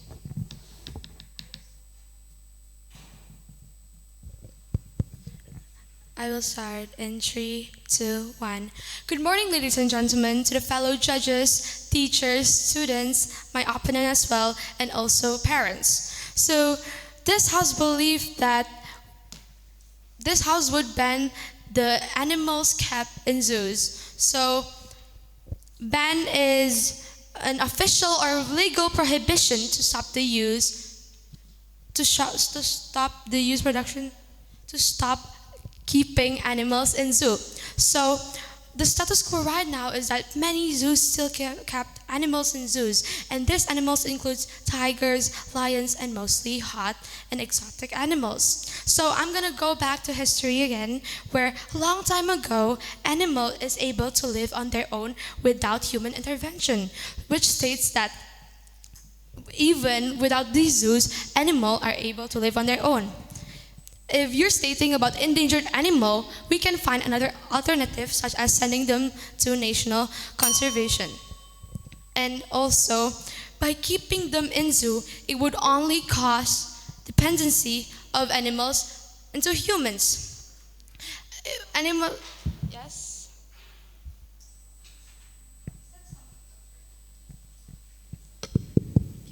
You said something about how in the past animals were able to live freely, right? So animals who are living freely tend to be endangered or extinct, like the dodo bird who used to be in the wild and they are now extinct now, and there's none dodo birds anymore. Thank you.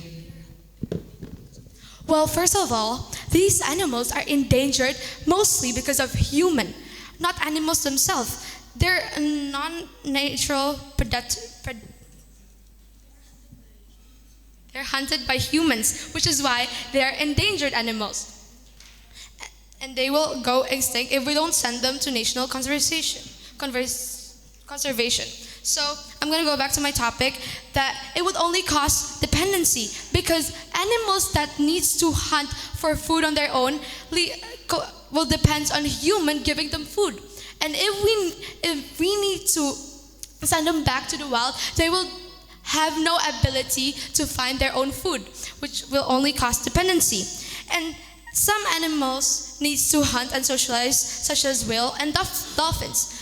A research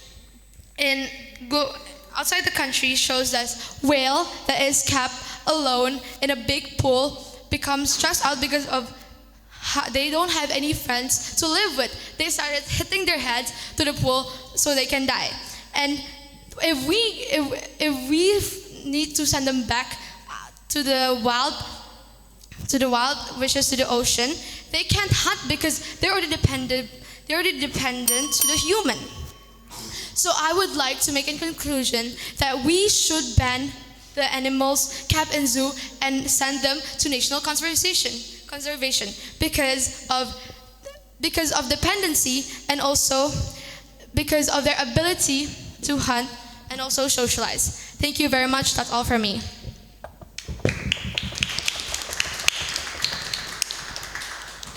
Now I would like to call upon the first speaker of the opposition team, Diandra. The floor is yours. Thank you. I'll start my speech in 3, 2, 1. Good morning, good evening, everyone, respected judges, fellow speakers, and audience. As the first speaker for the opposing team representing Highfield Bogor Lower Secondary, I will oppose the motion. This house would ban animals kept in zoos. Generally, we recognize zoos as an educational place, keeping animals protected, where they are placed in cages to display for the public. Yes, endangered animals are taken, but not all population of animals are taken. They are also licensed, not illegally taken, with contracts to assure they are legally placed inside the cages. And the government argues how the humans are the ones endangering animals. That is, I disagree on that statement. How? But you fail to consider the food chain, how there are predators, there are prey, where not only humans endanger animals, they are not the primary predators of some prey. and some endangered animals. For example, as my colleague mentioned about dodo birds, they went extinct not directly because of humans, and there are other predators which cause their extinction. They are not hunted by humans back then, while some predators and prey, like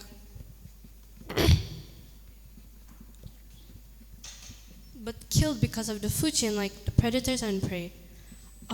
So from that,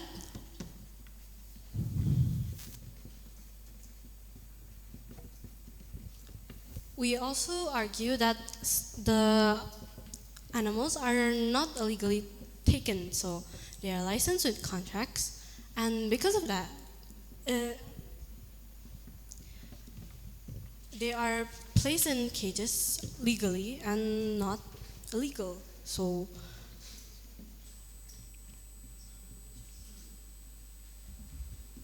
and they also provide enough food and enough shelter for the animals to thrive inside the cages that they are placed in. So humans are not directly a threat to the animals, but instead a protector, where they are placed in cages, meaning they don't go extinct with the purpose of zoos. So they don't go extinct because of the zoo's purpose. Zoos are not bad because endangered animals are safer in zoos. So that is my point.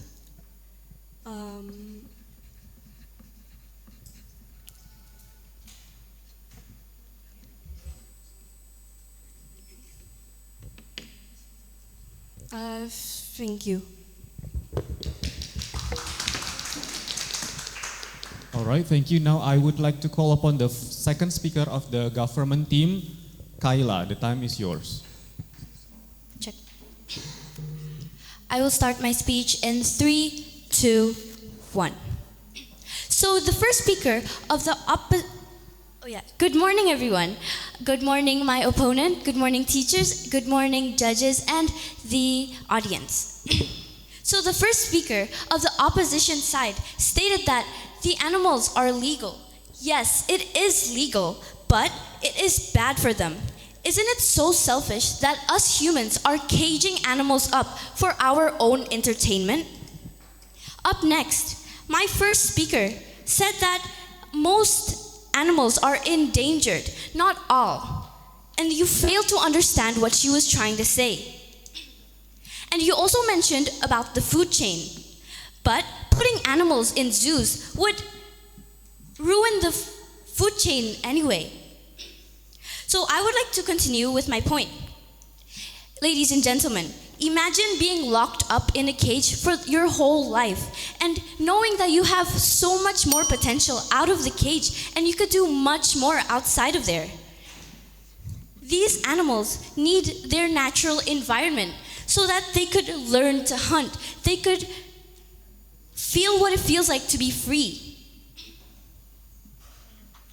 Have you ever seen those videos of monkeys getting stressed because of these humans that are irritating those monkeys, and they're becoming mad? But there are also dolphins and seals that are forced to learn tricks and train. Even they are trained to look happy, although we can tell that they are not happy. Instead, they are super stressed because maybe they were punished if they did something wrong, like harassing and hitting. Animals are... Yes, please. So you said something about if we take animals from the wild and put them in zoos, it will disrupt the food chain since predators don't have prey, correct? So what I'm trying to say is that we don't take all animals from the wild. We only take some and we leave some in the wild so that the predators. I didn't get your POI, so I'll just continue. Animals are living beings that has the right to live on their own. Also, these animals they need to feel free and they need to learn how to hunt. Without being in their natural habitat, they wouldn't know how it feels to interact with other people and continue the food chain. And they also wouldn't be able to evolve. Evolution wouldn't happen. So in conclusion, we should ban animals kept in zoos because it is more doing harm than good to those animals. And we should go to conservatories instead. Thank you.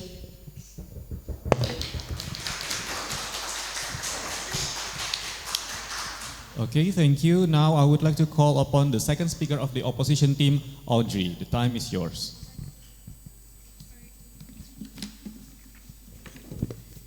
I will start my speech in 3, 2, 1. Good afternoon, judges, my opponents, and the audience. Today we will be standing on the stance of why this house believes that animals should still be kept in zoos.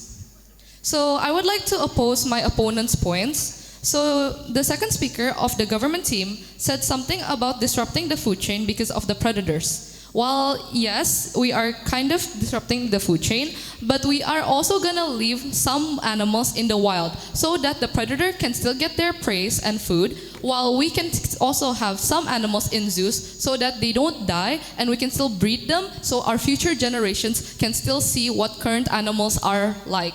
For example, pandas. Pandas used to be very endangered, but because of Taman Safari, they conserve pandas, and now pandas are less endangered. We are still leaving pandas in the wild, but we are also keeping some in zoos. Because we are keeping them in zoos, we are taking care of them, which makes them still available for future generations to come. Zoos are also not bad, since we should keep zoos because think about the endangered animals, like what my first speaker has said.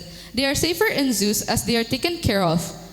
They are also given enough water, food, and shelter. Furthermore, zoo acts as an attractive center which will generate money growing a country's economy. You said something about making the animals suffer for our own entertainment, which I disagree, since we do not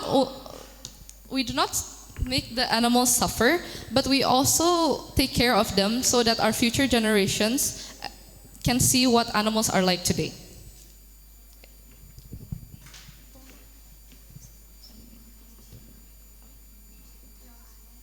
Yeah? Go ahead. How do you know that this animals doesn't suffer? Zoos have legal license to build zoos. So zoo owners actually have a license to prove that they have the permission to build zoos. So with that license, the government has given them permission to actually take some animals in the wild to keep in zoos for their own sake, so that the animals don't die in the wild and that the animals can still be there for future generations to come, like I said before. And also, I'm going to further elaborate the second points. I'm gonna further counter-attack your argument. So you said something about the predator thing, right? The predators will still have prey because some animals are still in the wild, available for the predators to eat. But we also take some to zoos so that we can conserve them and also provide them for future generations to come. In conclusion, we think that zoos are actually not that bad since they take care of animals who are endangered, and they also sustain those animals so that the future generations can also see what those animals are like. For example, the panda. Thank you.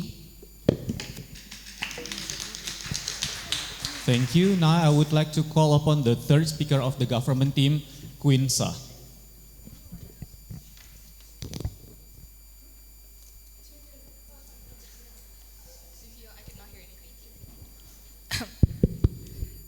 start my speech in 3, 2, 1. Good morning, everyone, judges, audiences, and students. And of course, my opponents. So, first of all, you stated that to preserve endangered animals, you can put them in zoos. But I'd like to argue that you can also put them in animal national conservatories. For example, the conservatories in the USA, which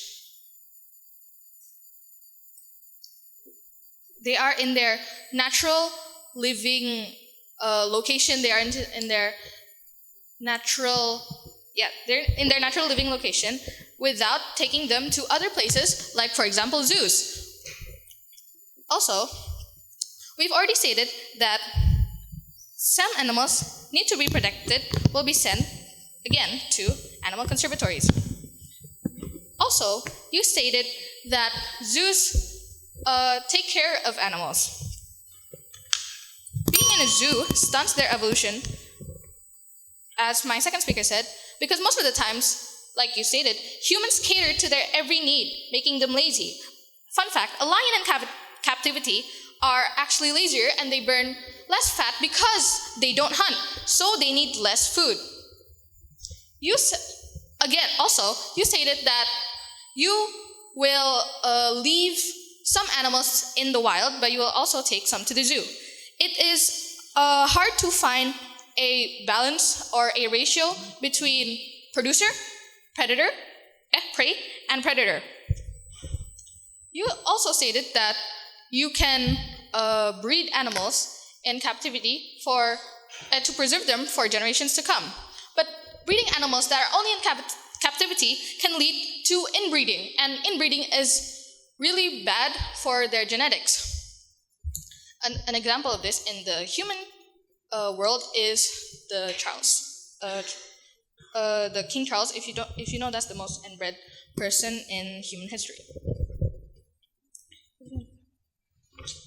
As my first speaker stated, living in confinement, which are zoos like cages and maybe those aquariums, can lead to stress. Why? Because they don't get their recommended surface area that they need to roam around. But in conservatories, they have their recommended needs of space, yes? So you said that zoos is not really large. It is said that you said that zoos are just like closed spaces. But have you ever reconsidered that zoos are different everywhere? There are zoos that has a big field which animals can roam around freely without any predators, so you won't have to feel. Yeah, that's it. Because the animals roam around without predators, again, as my second speaker stated, they won't evolve and change for the better to survive even longer.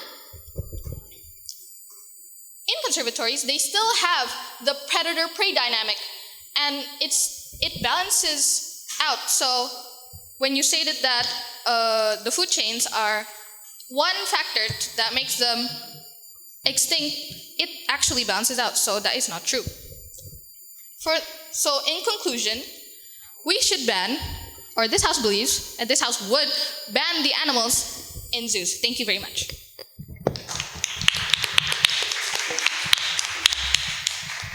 Now I would like to invite the third speaker of the opposition team, Felix. The time is yours. Thank you, third speaker from the government team. Ladies and gentlemen, as the third speaker for the government opposition team, I will summarize our argument and demonstrate why zoo is needed. Firstly, let's recap the key points we've made. Zoo is a place where animals are stored in large cages. Although it is true that animals are isolated from the outside world, it is important to know that some animals are endangered, and putting them in zoos will potentially save the species. Moreover, keeping these animals in zoos is not as bad as you think. Animals in zoos are cared by zookeepers. Although it is true that animals in zoos are caged up, it is worth mentioning that animals in zoos can finally live peacefully, free from other predators. Moreover, zoos are not the same. They have different zoos everywhere. For example, there is a zoo in Bogor, Taman Safari, and then there's another zoo. They are not the same. They have different cages. Some might have big cages, some have medium cages.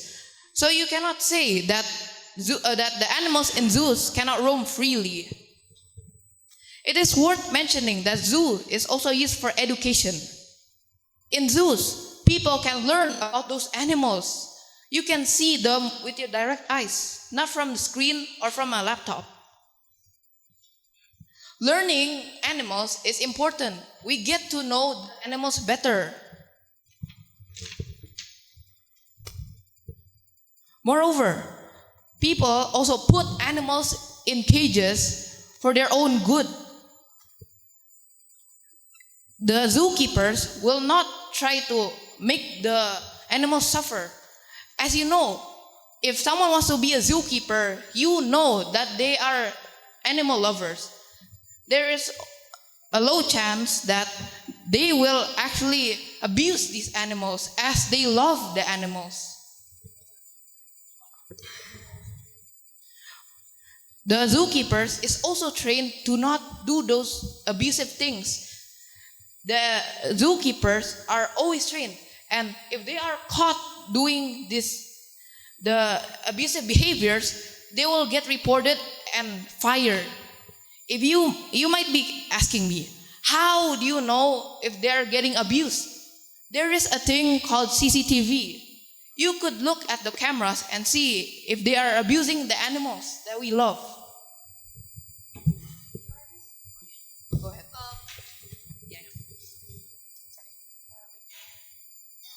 How can you guarantee that the zoos are not deleting CCTV footage of them harming the animals? They have a legal license. So even if they do, they will get suspected by the government. And the zoo can get closed, which is not good. The zoo is also used to improve the economy. Think about it. You can pay to see these animals. This will later boost our economy too. It will also allow tourism to increase. People will want to look at our zoos. In conclusion, zoos are needed here. Zoos is for storing endangered animals. Zoos is used to create more peace. Zoos is used to increase the economy. Overall, zoo is needed. Zoo is needed for us. Thank you. All right. Thank you. Now I would like to invite the reply speaker of the opposition team, Diandra. So I'll start my speech in 3, 2, 1. So to conclude everything that has been said, we believe that zoos are positive to our economy, to the future of animals, and what like my third speaker mentioned before, how they will boost the economy for our country. For example, for Taman Safari, there are zoos that are paid. You have to pay to gain access to enter in. Meanwhile, if we compare it to natural conservations, which are usually non-profit and funded by the government, they don't take any payment to enter the natural conservation. So, our house does not think banning zoos is the answer. It is crucial to prevent extinction as animals in zoos are taken care of with humans. That's all. Thank you. Okay, now I would like to invite the reply speaker of the government side, Kayla. I will start my speech in 3, 2, 1. So we deserve to win because you kept repeating your point. And you also failed to prove that zoos are better than conservatories. We mentioned that zoos will stunt these animals' evolutions. And these zoos are causing harm to these animals. And why should we harm our animals when we need them in our daily life, as they are involved in food chains? So these animals, as I already stated, these animals need to be in their natural habitats so that they could feel free and feel more happy and feel the real world. And therefore, that is why I think we should win. Thank you. Okay, thank you everyone. Okay, before I proceed, I would like to clarify the name of the speakers from the opposition side. The opposition side is represented by Highfield Bogor, which are Hazeliora, Sean, and Maria Claire. And now we would like to proceed. We'll give the time to the adjudicators to have discussion to decide the winners of the third winner match. Thank you. Okay. Okay, thank you. Now I would let the debaters to go back to your chairs, and I would like to invite the team of the grand final round. Highfield, Bekasi, and Highfield Depok, please come forward. Depok, heads or tail? Heads, and Highfield, Bekasi will be tails. Now we will decide the government opposition side. Tails. So Highfield, Bekasi, you decide. Government side, and also the Highfield Depok will be opposition side. Now the adjudicators have decided the motion. So we will apply the same treatment for the final round. We will use an impromptu motion. So the motion is: this house regrets the rise of social media influencers as role models for younger generations. All right. So the motion for the grand final round is: this house regrets the rise of the social media influencers as role models for younger generations. Both teams, you may start the case building. No, before we start case building, is there any question from both sides? All good? Or from opposition? All good?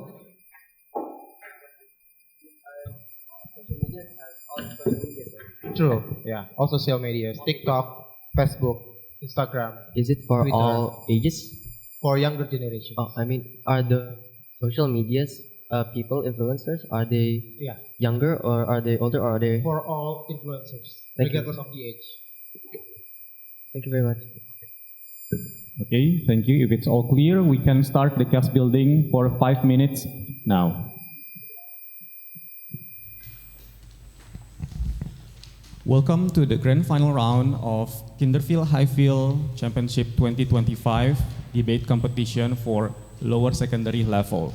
On the government side, represented by Highfield Secondary School, Bekasi, represented by the first speaker, Diandra. The second speaker will be Audrey, the third speaker is Felix, and the reply speaker will be Diandra. On the opposition side, represented by Highfield Secondary School, Depok, the first speaker will be Putri Shura, the second speaker will be Jaden, and the third speaker is Nesha, and the reply speaker will be Jaden. Without further ado, I would like to invite the first speaker of the government side, Diandra. The time is yours.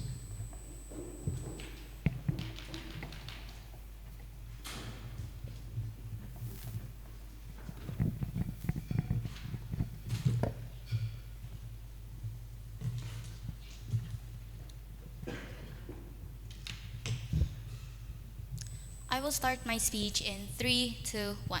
Good morning, good afternoon, judges, opponents, and of course our lovely audience. As the first speaker of today's motion, we believe this house regrets the rise of social media influencers as role models for younger generation. As the MC have said before, I will be the first speaker, Didi, explaining our stances and what this motion means.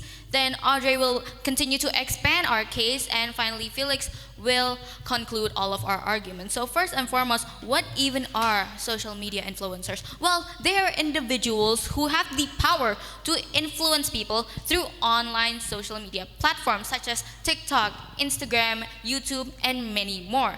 Second, role models. What does it mean to be even a role model? Role models would mean individuals who can inspire others through their words and actions. And last but not least, the younger generations. Currently in the year 2025, the younger generations include Generation G, late Gen Zs, which is us, and the Gen Alphas, which is the lower graders. Now, if social media influencers were to act as role models for these younger generations, it would be catastrophic. Why? Because they would social media influencers have been known to impose unrealistic lifestyles. Take the Kardashians for the example. They are rich, they are billionaires, and they are a lot of nepo babies. And if the younger generations keeps watching them, as the younger generation, they are still young and they do not know the difference between what is realistic and what is not, because they haven't even developed a frontal lobe yet in their brain. So how would they know the difference? Take the Kardashians as an example. If a lot of the younger generations keep watching these Kardashians, they would think that they could be just as rich as them, when in real life, that would not be possible, because what these Kardashian models are model babies, and they are very problematic too. Which leads to my next point, that they also promote very questionable values that should not be followed. Most of the time, these values are also bad, or they just pretend to be good people, when in reality they have done a lot of bad cases and have lots of questionable and immorally wrong cases. Take again the Kardashians for example. They have done a lot of cases and they are very problematic, especially in their reality shows. You see them cry all the time. You see them losing their diamond earrings.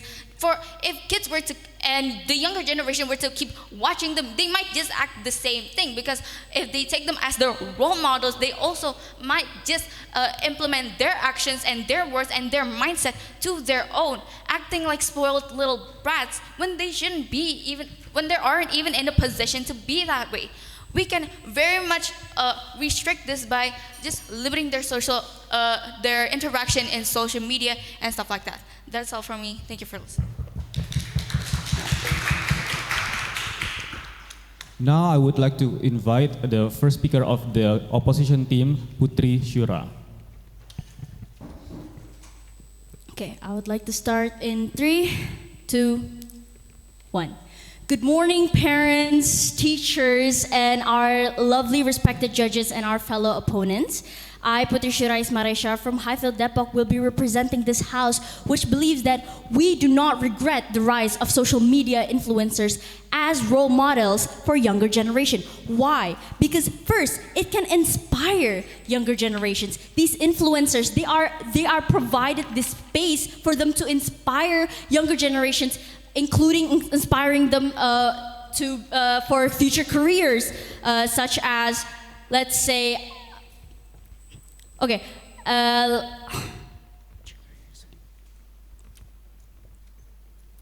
such as watching influential role models like Ronaldo for sports, and foster skills to improve non-academic development such as art, sports, public speaking.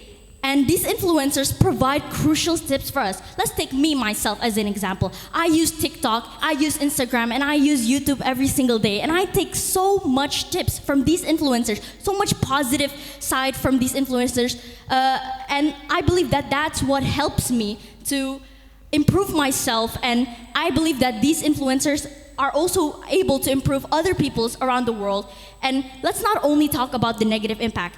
This can also enhance social media such as WhatsApp and Instagram DMs can also enhance connection and communication, increasing network easily by interacting online through the medias that I have said before. And additionally, it can contribute to the economic growth. E-commerce, especially TikTok Shop, becomes a crucial part of Indonesia's economy. This country benefits a lot from the sales and the taxes provided, etc., from TikTok shops, and moreover, this can provide jobs such as, let's take this younger generation such as ourselves and students in the school and upper secondary.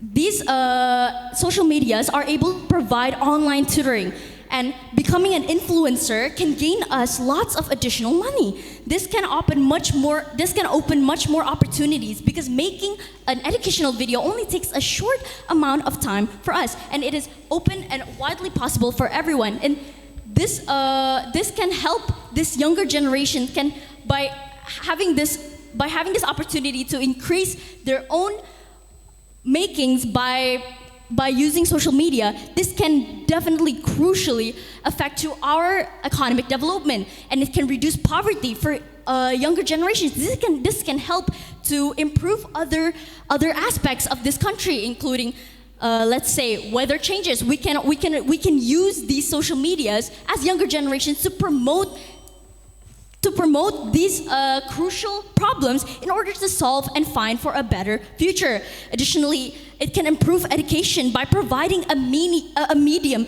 to find free education for those who cannot afford a high-level education. Most of these influencers, they go to high and well-known education universities, and they absorb those informations, and not everyone in this country are able to afford or are able to be willing to attend those universities. This platform allows them to share those informations, and it can foster the young generations to be able to maybe someday in the future become better or just as good as the role models that we see as of right now. Which is why this house strongly believes that we do not regret the rise of social media influence as role models for younger generations. Thank you very much.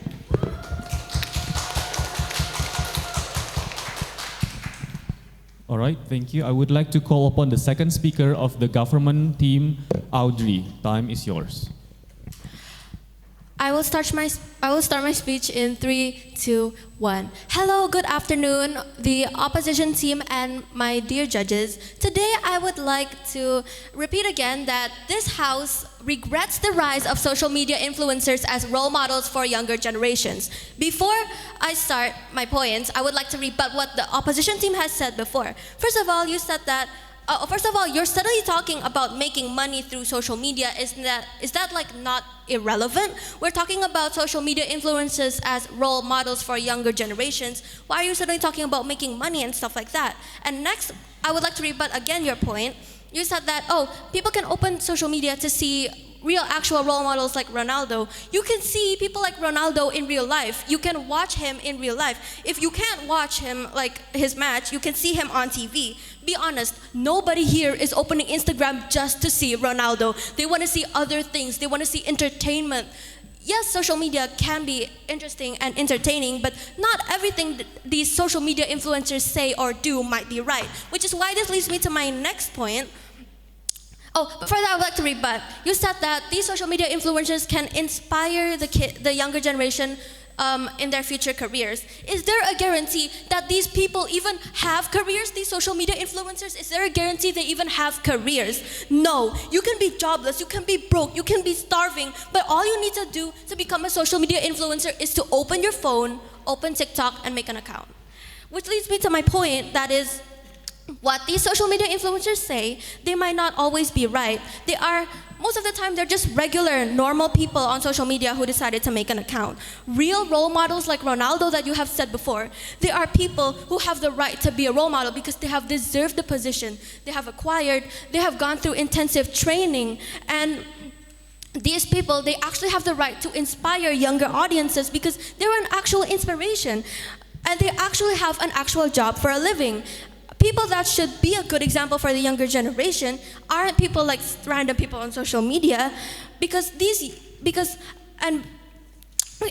again, these young kids' brains are still developing. So when they see someone on social media saying random unfiltered words they are likely to imitate, follow, or copy the people that they idolize, and this is not always a good thing. Social media influencers are not guaranteed to be a good example for them. They can show bad examples like smoking, inappropriate behavior, unrealistic lifestyles, consumerism, bad language, and things like that. By making these people influencers, enabling them with a platform, you are raising a bad generation. And next, social media influencers have proved time to time that they are not responsible enough to be a role model for younger generations. Why? Here's my evidence. There are many social media influencers that have been proven and exposed for doing bad things like crimes, sexual assault, pedophilia. That is a thing. You've seen so many exposing videos about these social media influencers, and you want these people to raise the next generation. And next, I would like to restate again that you're giving a random person a platform, a large voice to speak whatever they want. I repeat, whatever they want. They can just say it and put it on TikTok, Instagram, whatever social media app you want. Is that not scary? To the parents, you are letting your child hear unfiltered, inappropriate things from people who may not deserve to have a platform. And before you say, yes, these kids, yes, they will follow what these social media influencers do. That's why this house regrets the rise of social media influencers as role models for younger generations because they don't always set a good example. That is all from me. Thank you.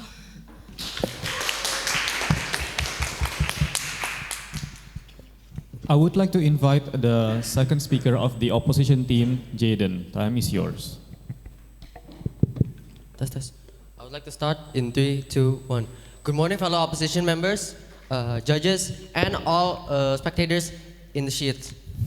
Today, I would like to argue why this house does not regret the rise of social media influencers as role models for the younger generations. First, there are many good social media influencers. Don't just base these social media influencers just because of some small, irrelevant people who may do bad things, but they're just a small group of the overall social media people.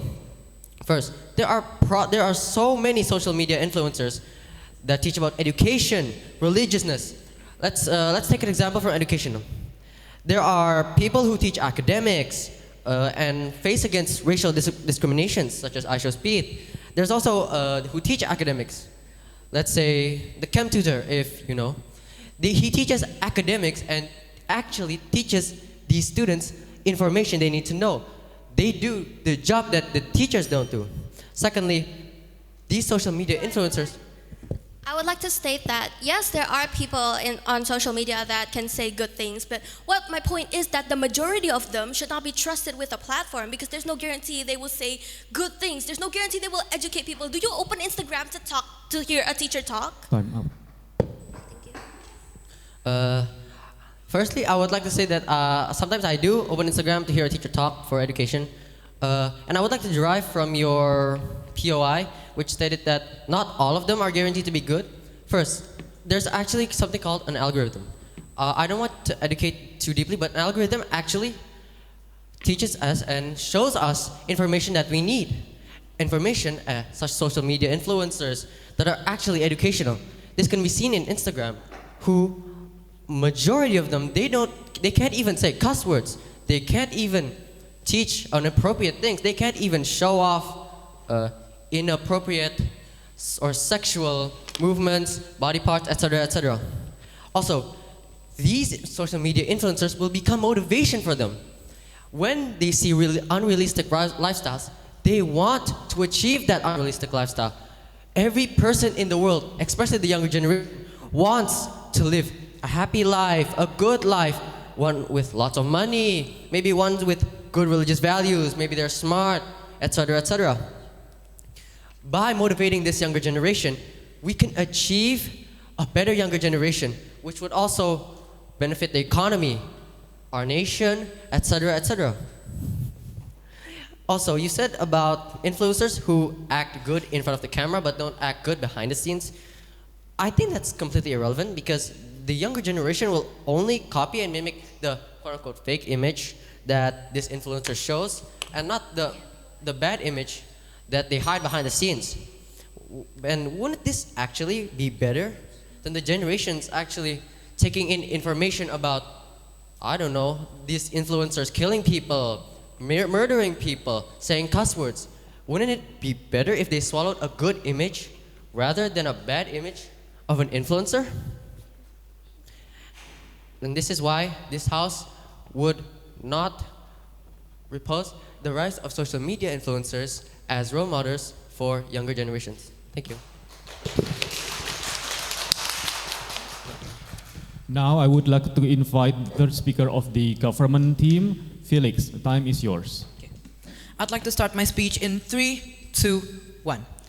Good afternoon, honorable judges, audiences, and also respective opponents in today's debate. Now, as the third speaker, I'd like to restate that our house truly criticizes social media influencers to be role models of our young generations, and this makes us believe and makes us agree to the motion that agree to the motion that the rise of social media as role models are basically a bad thing that's happening in our society. Now, we urge our opponents to not look at the small benefits that are roaming around that influencers give, but instead focus on something much more important, which is the state of the young generation and what they're doing with the content that they're using now.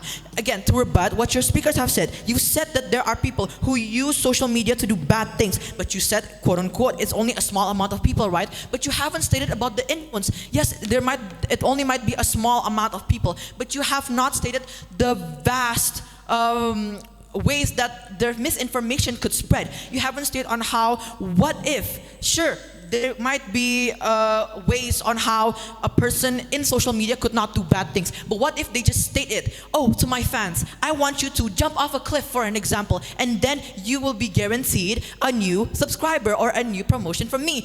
That is what makes the young generation feel, oh, maybe I should do that. Oh, maybe I should basically do what they do even though it's bad. This is a big statement, and this is what causes danger towards the young generation in social media. Now, our speakers have emphasized that influencers aren't always giving the right examples. Take a look at the famous influencers now as an example, said by my first speaker, the Kardashian family. Kim Kardashian, a part of the family, is a famous influencer that many people of the young generation follow. Of course, people of the young generation would want to be her, would want to look like her, and follow her unrealistic beauty standards. Do you see how negatively impactful that this is? In addition, these factors would literally damage their mental health because they're just still young. Their frontal lobe, again, hasn't even been fully developed. They would say, oh, just because she's skinnier, just because she's botched, I need to be slimmer too. I need to eat less, stay anorexic. That is not what's helping our young generation now. In fact, people have been seen to do suicide due to the insecurities that are made due to seeing the unrealistic beauty standards in their phone. Do you see, if we stop influencers from being role models, that there will be less damages towards the young generation of our society? Again, and said by my second speaker, influencers are entertaining enough and are such an easy job to accomplish and so easy to get popular.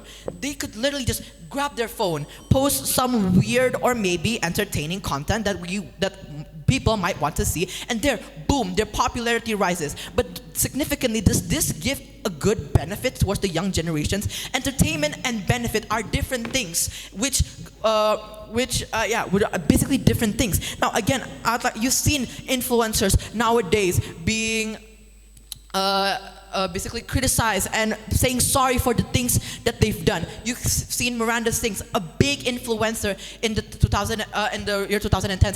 She is now, a few years ago, apologizing for the actions that she's made for basically doing those problems itself. So how are you going to state that all influencers, just because they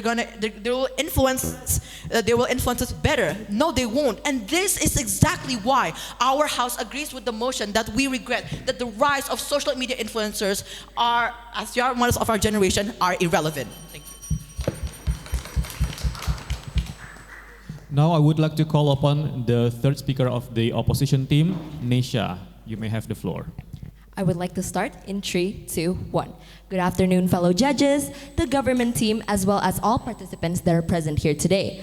I would first like to rebuke that when you mentioned the Kardashians as an example, you mentioned that it would be impossible for these younger generations to achieve the lifestyle of Kardashians. It would be impossible for the Kardashian and for the younger generation to be as successful as the Kardashians. I would POI. like I was talking on how I'm just saying. UI is not open yet. Continuing, so aren't you just saying that these younger generations can't be as rich as the Kardashians? Aren't you just saying that they won't be able to achieve their dreams? What if they want to be as rich as the Kardashians? And what if they want to look like Kim Kardashian? Well, that is their dreams. And if you're not allowing that, then that's mean you're holding back on their rights. In addition to that, I would like to rebuke that the younger generation does not refer to only children. It also refers to teenagers like us and even young adults. Teenagers and young adults are able to differentiate between good examples and bad examples. POI. Okay, I've never stated that they can't be as rich as the Kardashians. I have just stated that if they're following their beauty standards, then it's gonna cause harm. Thank you for the POI, but I was rebuttaling to the first speaker. The first speaker mentioned before that the Kardashians implement an unrealistic lifestyle. However, do you not realize that the social media influencers that are all over social media implements good lifestyles? Like you had mentioned before, they implement fake but good advice or lifestyles to the public, but behind the back do bad lifestyles. And like my second speaker has already mentioned, why would it be better for them to reveal their true identity? If their true identity was bad and they did put it into the public for the younger generation to follow, won't that be bad? Won't it be better for them to follow a fake but good role model rather than following the bad ethical standards that they do? But okay, but think about the younger generation that are seeing this. Won't they be like torn? Won't they be like disappointed when they found out that the people they idolize isn't even a real person because they're faking a personality? Thank you. Thank you for the POI, but I would just like to state that it's not that deep. If they do find out that their influencers are not how as they seem, they can just realize and separate that this is bad and this is good. So they should just follow the good advice that is put out by the social media influencers and not take the bad things that they do. I would also like to state that influencers who do some bad stuff can get banned and filtered by Meta AI through most apps. Like if they do something wrong, such as doing sexual harassment or like you mentioned pedophilia, it will be banned from most social media platforms and it won't be allowed to be seen by the younger generation. Especially since in most social media apps, there's an age restriction for only over 13 people to be able to use it. So the people who are already over 13, the teenagers and young adults, they will already be able to know how to differentiate between good things that they should do and bad things. And the children, if they do use social media and take the bad effects, that's not their fault. That's not the social media's influencers' fault. Why are they on the app that they're not supposed to be if they're under that age restriction? In addition, I would also mention that the benefits are not small. Like you mentioned, what if the younger generations want to follow the influencer's footsteps? They can get influenced because the whole point of an influencer is to influence the generation to be able to follow their dreams. Thank you.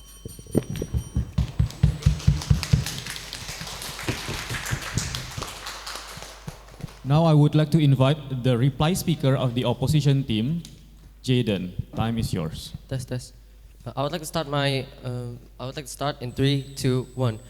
Good morning again, fellow teachers, judges, and participants. I would like to rebut why this team deserves to win. First, we stated that there are algorithms and restrictions. Social medias usually have restrictions. Let's say TikTok, it's for 13 plus people. For Instagram, it's 13 plus. YouTube, there's also YouTube Kids. These restrictions help these social media influencers not reach the undeveloped younger generation. Second, they said about fake persona. We already tackled this problem because they will only follow the good persona, right? if they show a fake persona, they would only the younger generation would only follow their good values. And this is why this house does not regret the rise of social media influencers as role models for younger generations. Thank you. Now I would like to invite the reply speaker of the government side, Diandra. You may have the floor. I will start my speech in 3, 2, 1. Judges and opposition team, we have stated again and again throughout this debate that social media influencers are not fit to be role models for the younger generation, because as we have stated again and again before, they have only been imposing unrealistic lifestyles in their profiles, such as tutorials on their expensive skincare that takes a hefty amount of money, waking up in luxury beds like the Kardashians did, and also promote a lot of questionable values and fake personas. And fake personas, if they're only showing good things on YouTube but doing bad things outside, wouldn't that only promote dishonesty? Wouldn't that only promote to the younger generation that it's okay to lie? Well, that is why this house believes that this house regrets the rise of social media influencers as role models for the younger generation. Thank you for listening. All right, thank you. So that is the end of our grand final of Kinderfield Highfield School Championship 2025 debate competition.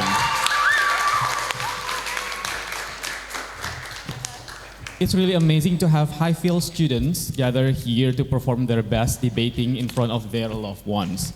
You have all done your best. Keep up the good work and spirit of the competition. The winners of each category will be officially announced this afternoon on the first floor at 4 in the hall to receive the trophies. Thank you for your cooperation during the competitions and see you again next time. Bye-bye.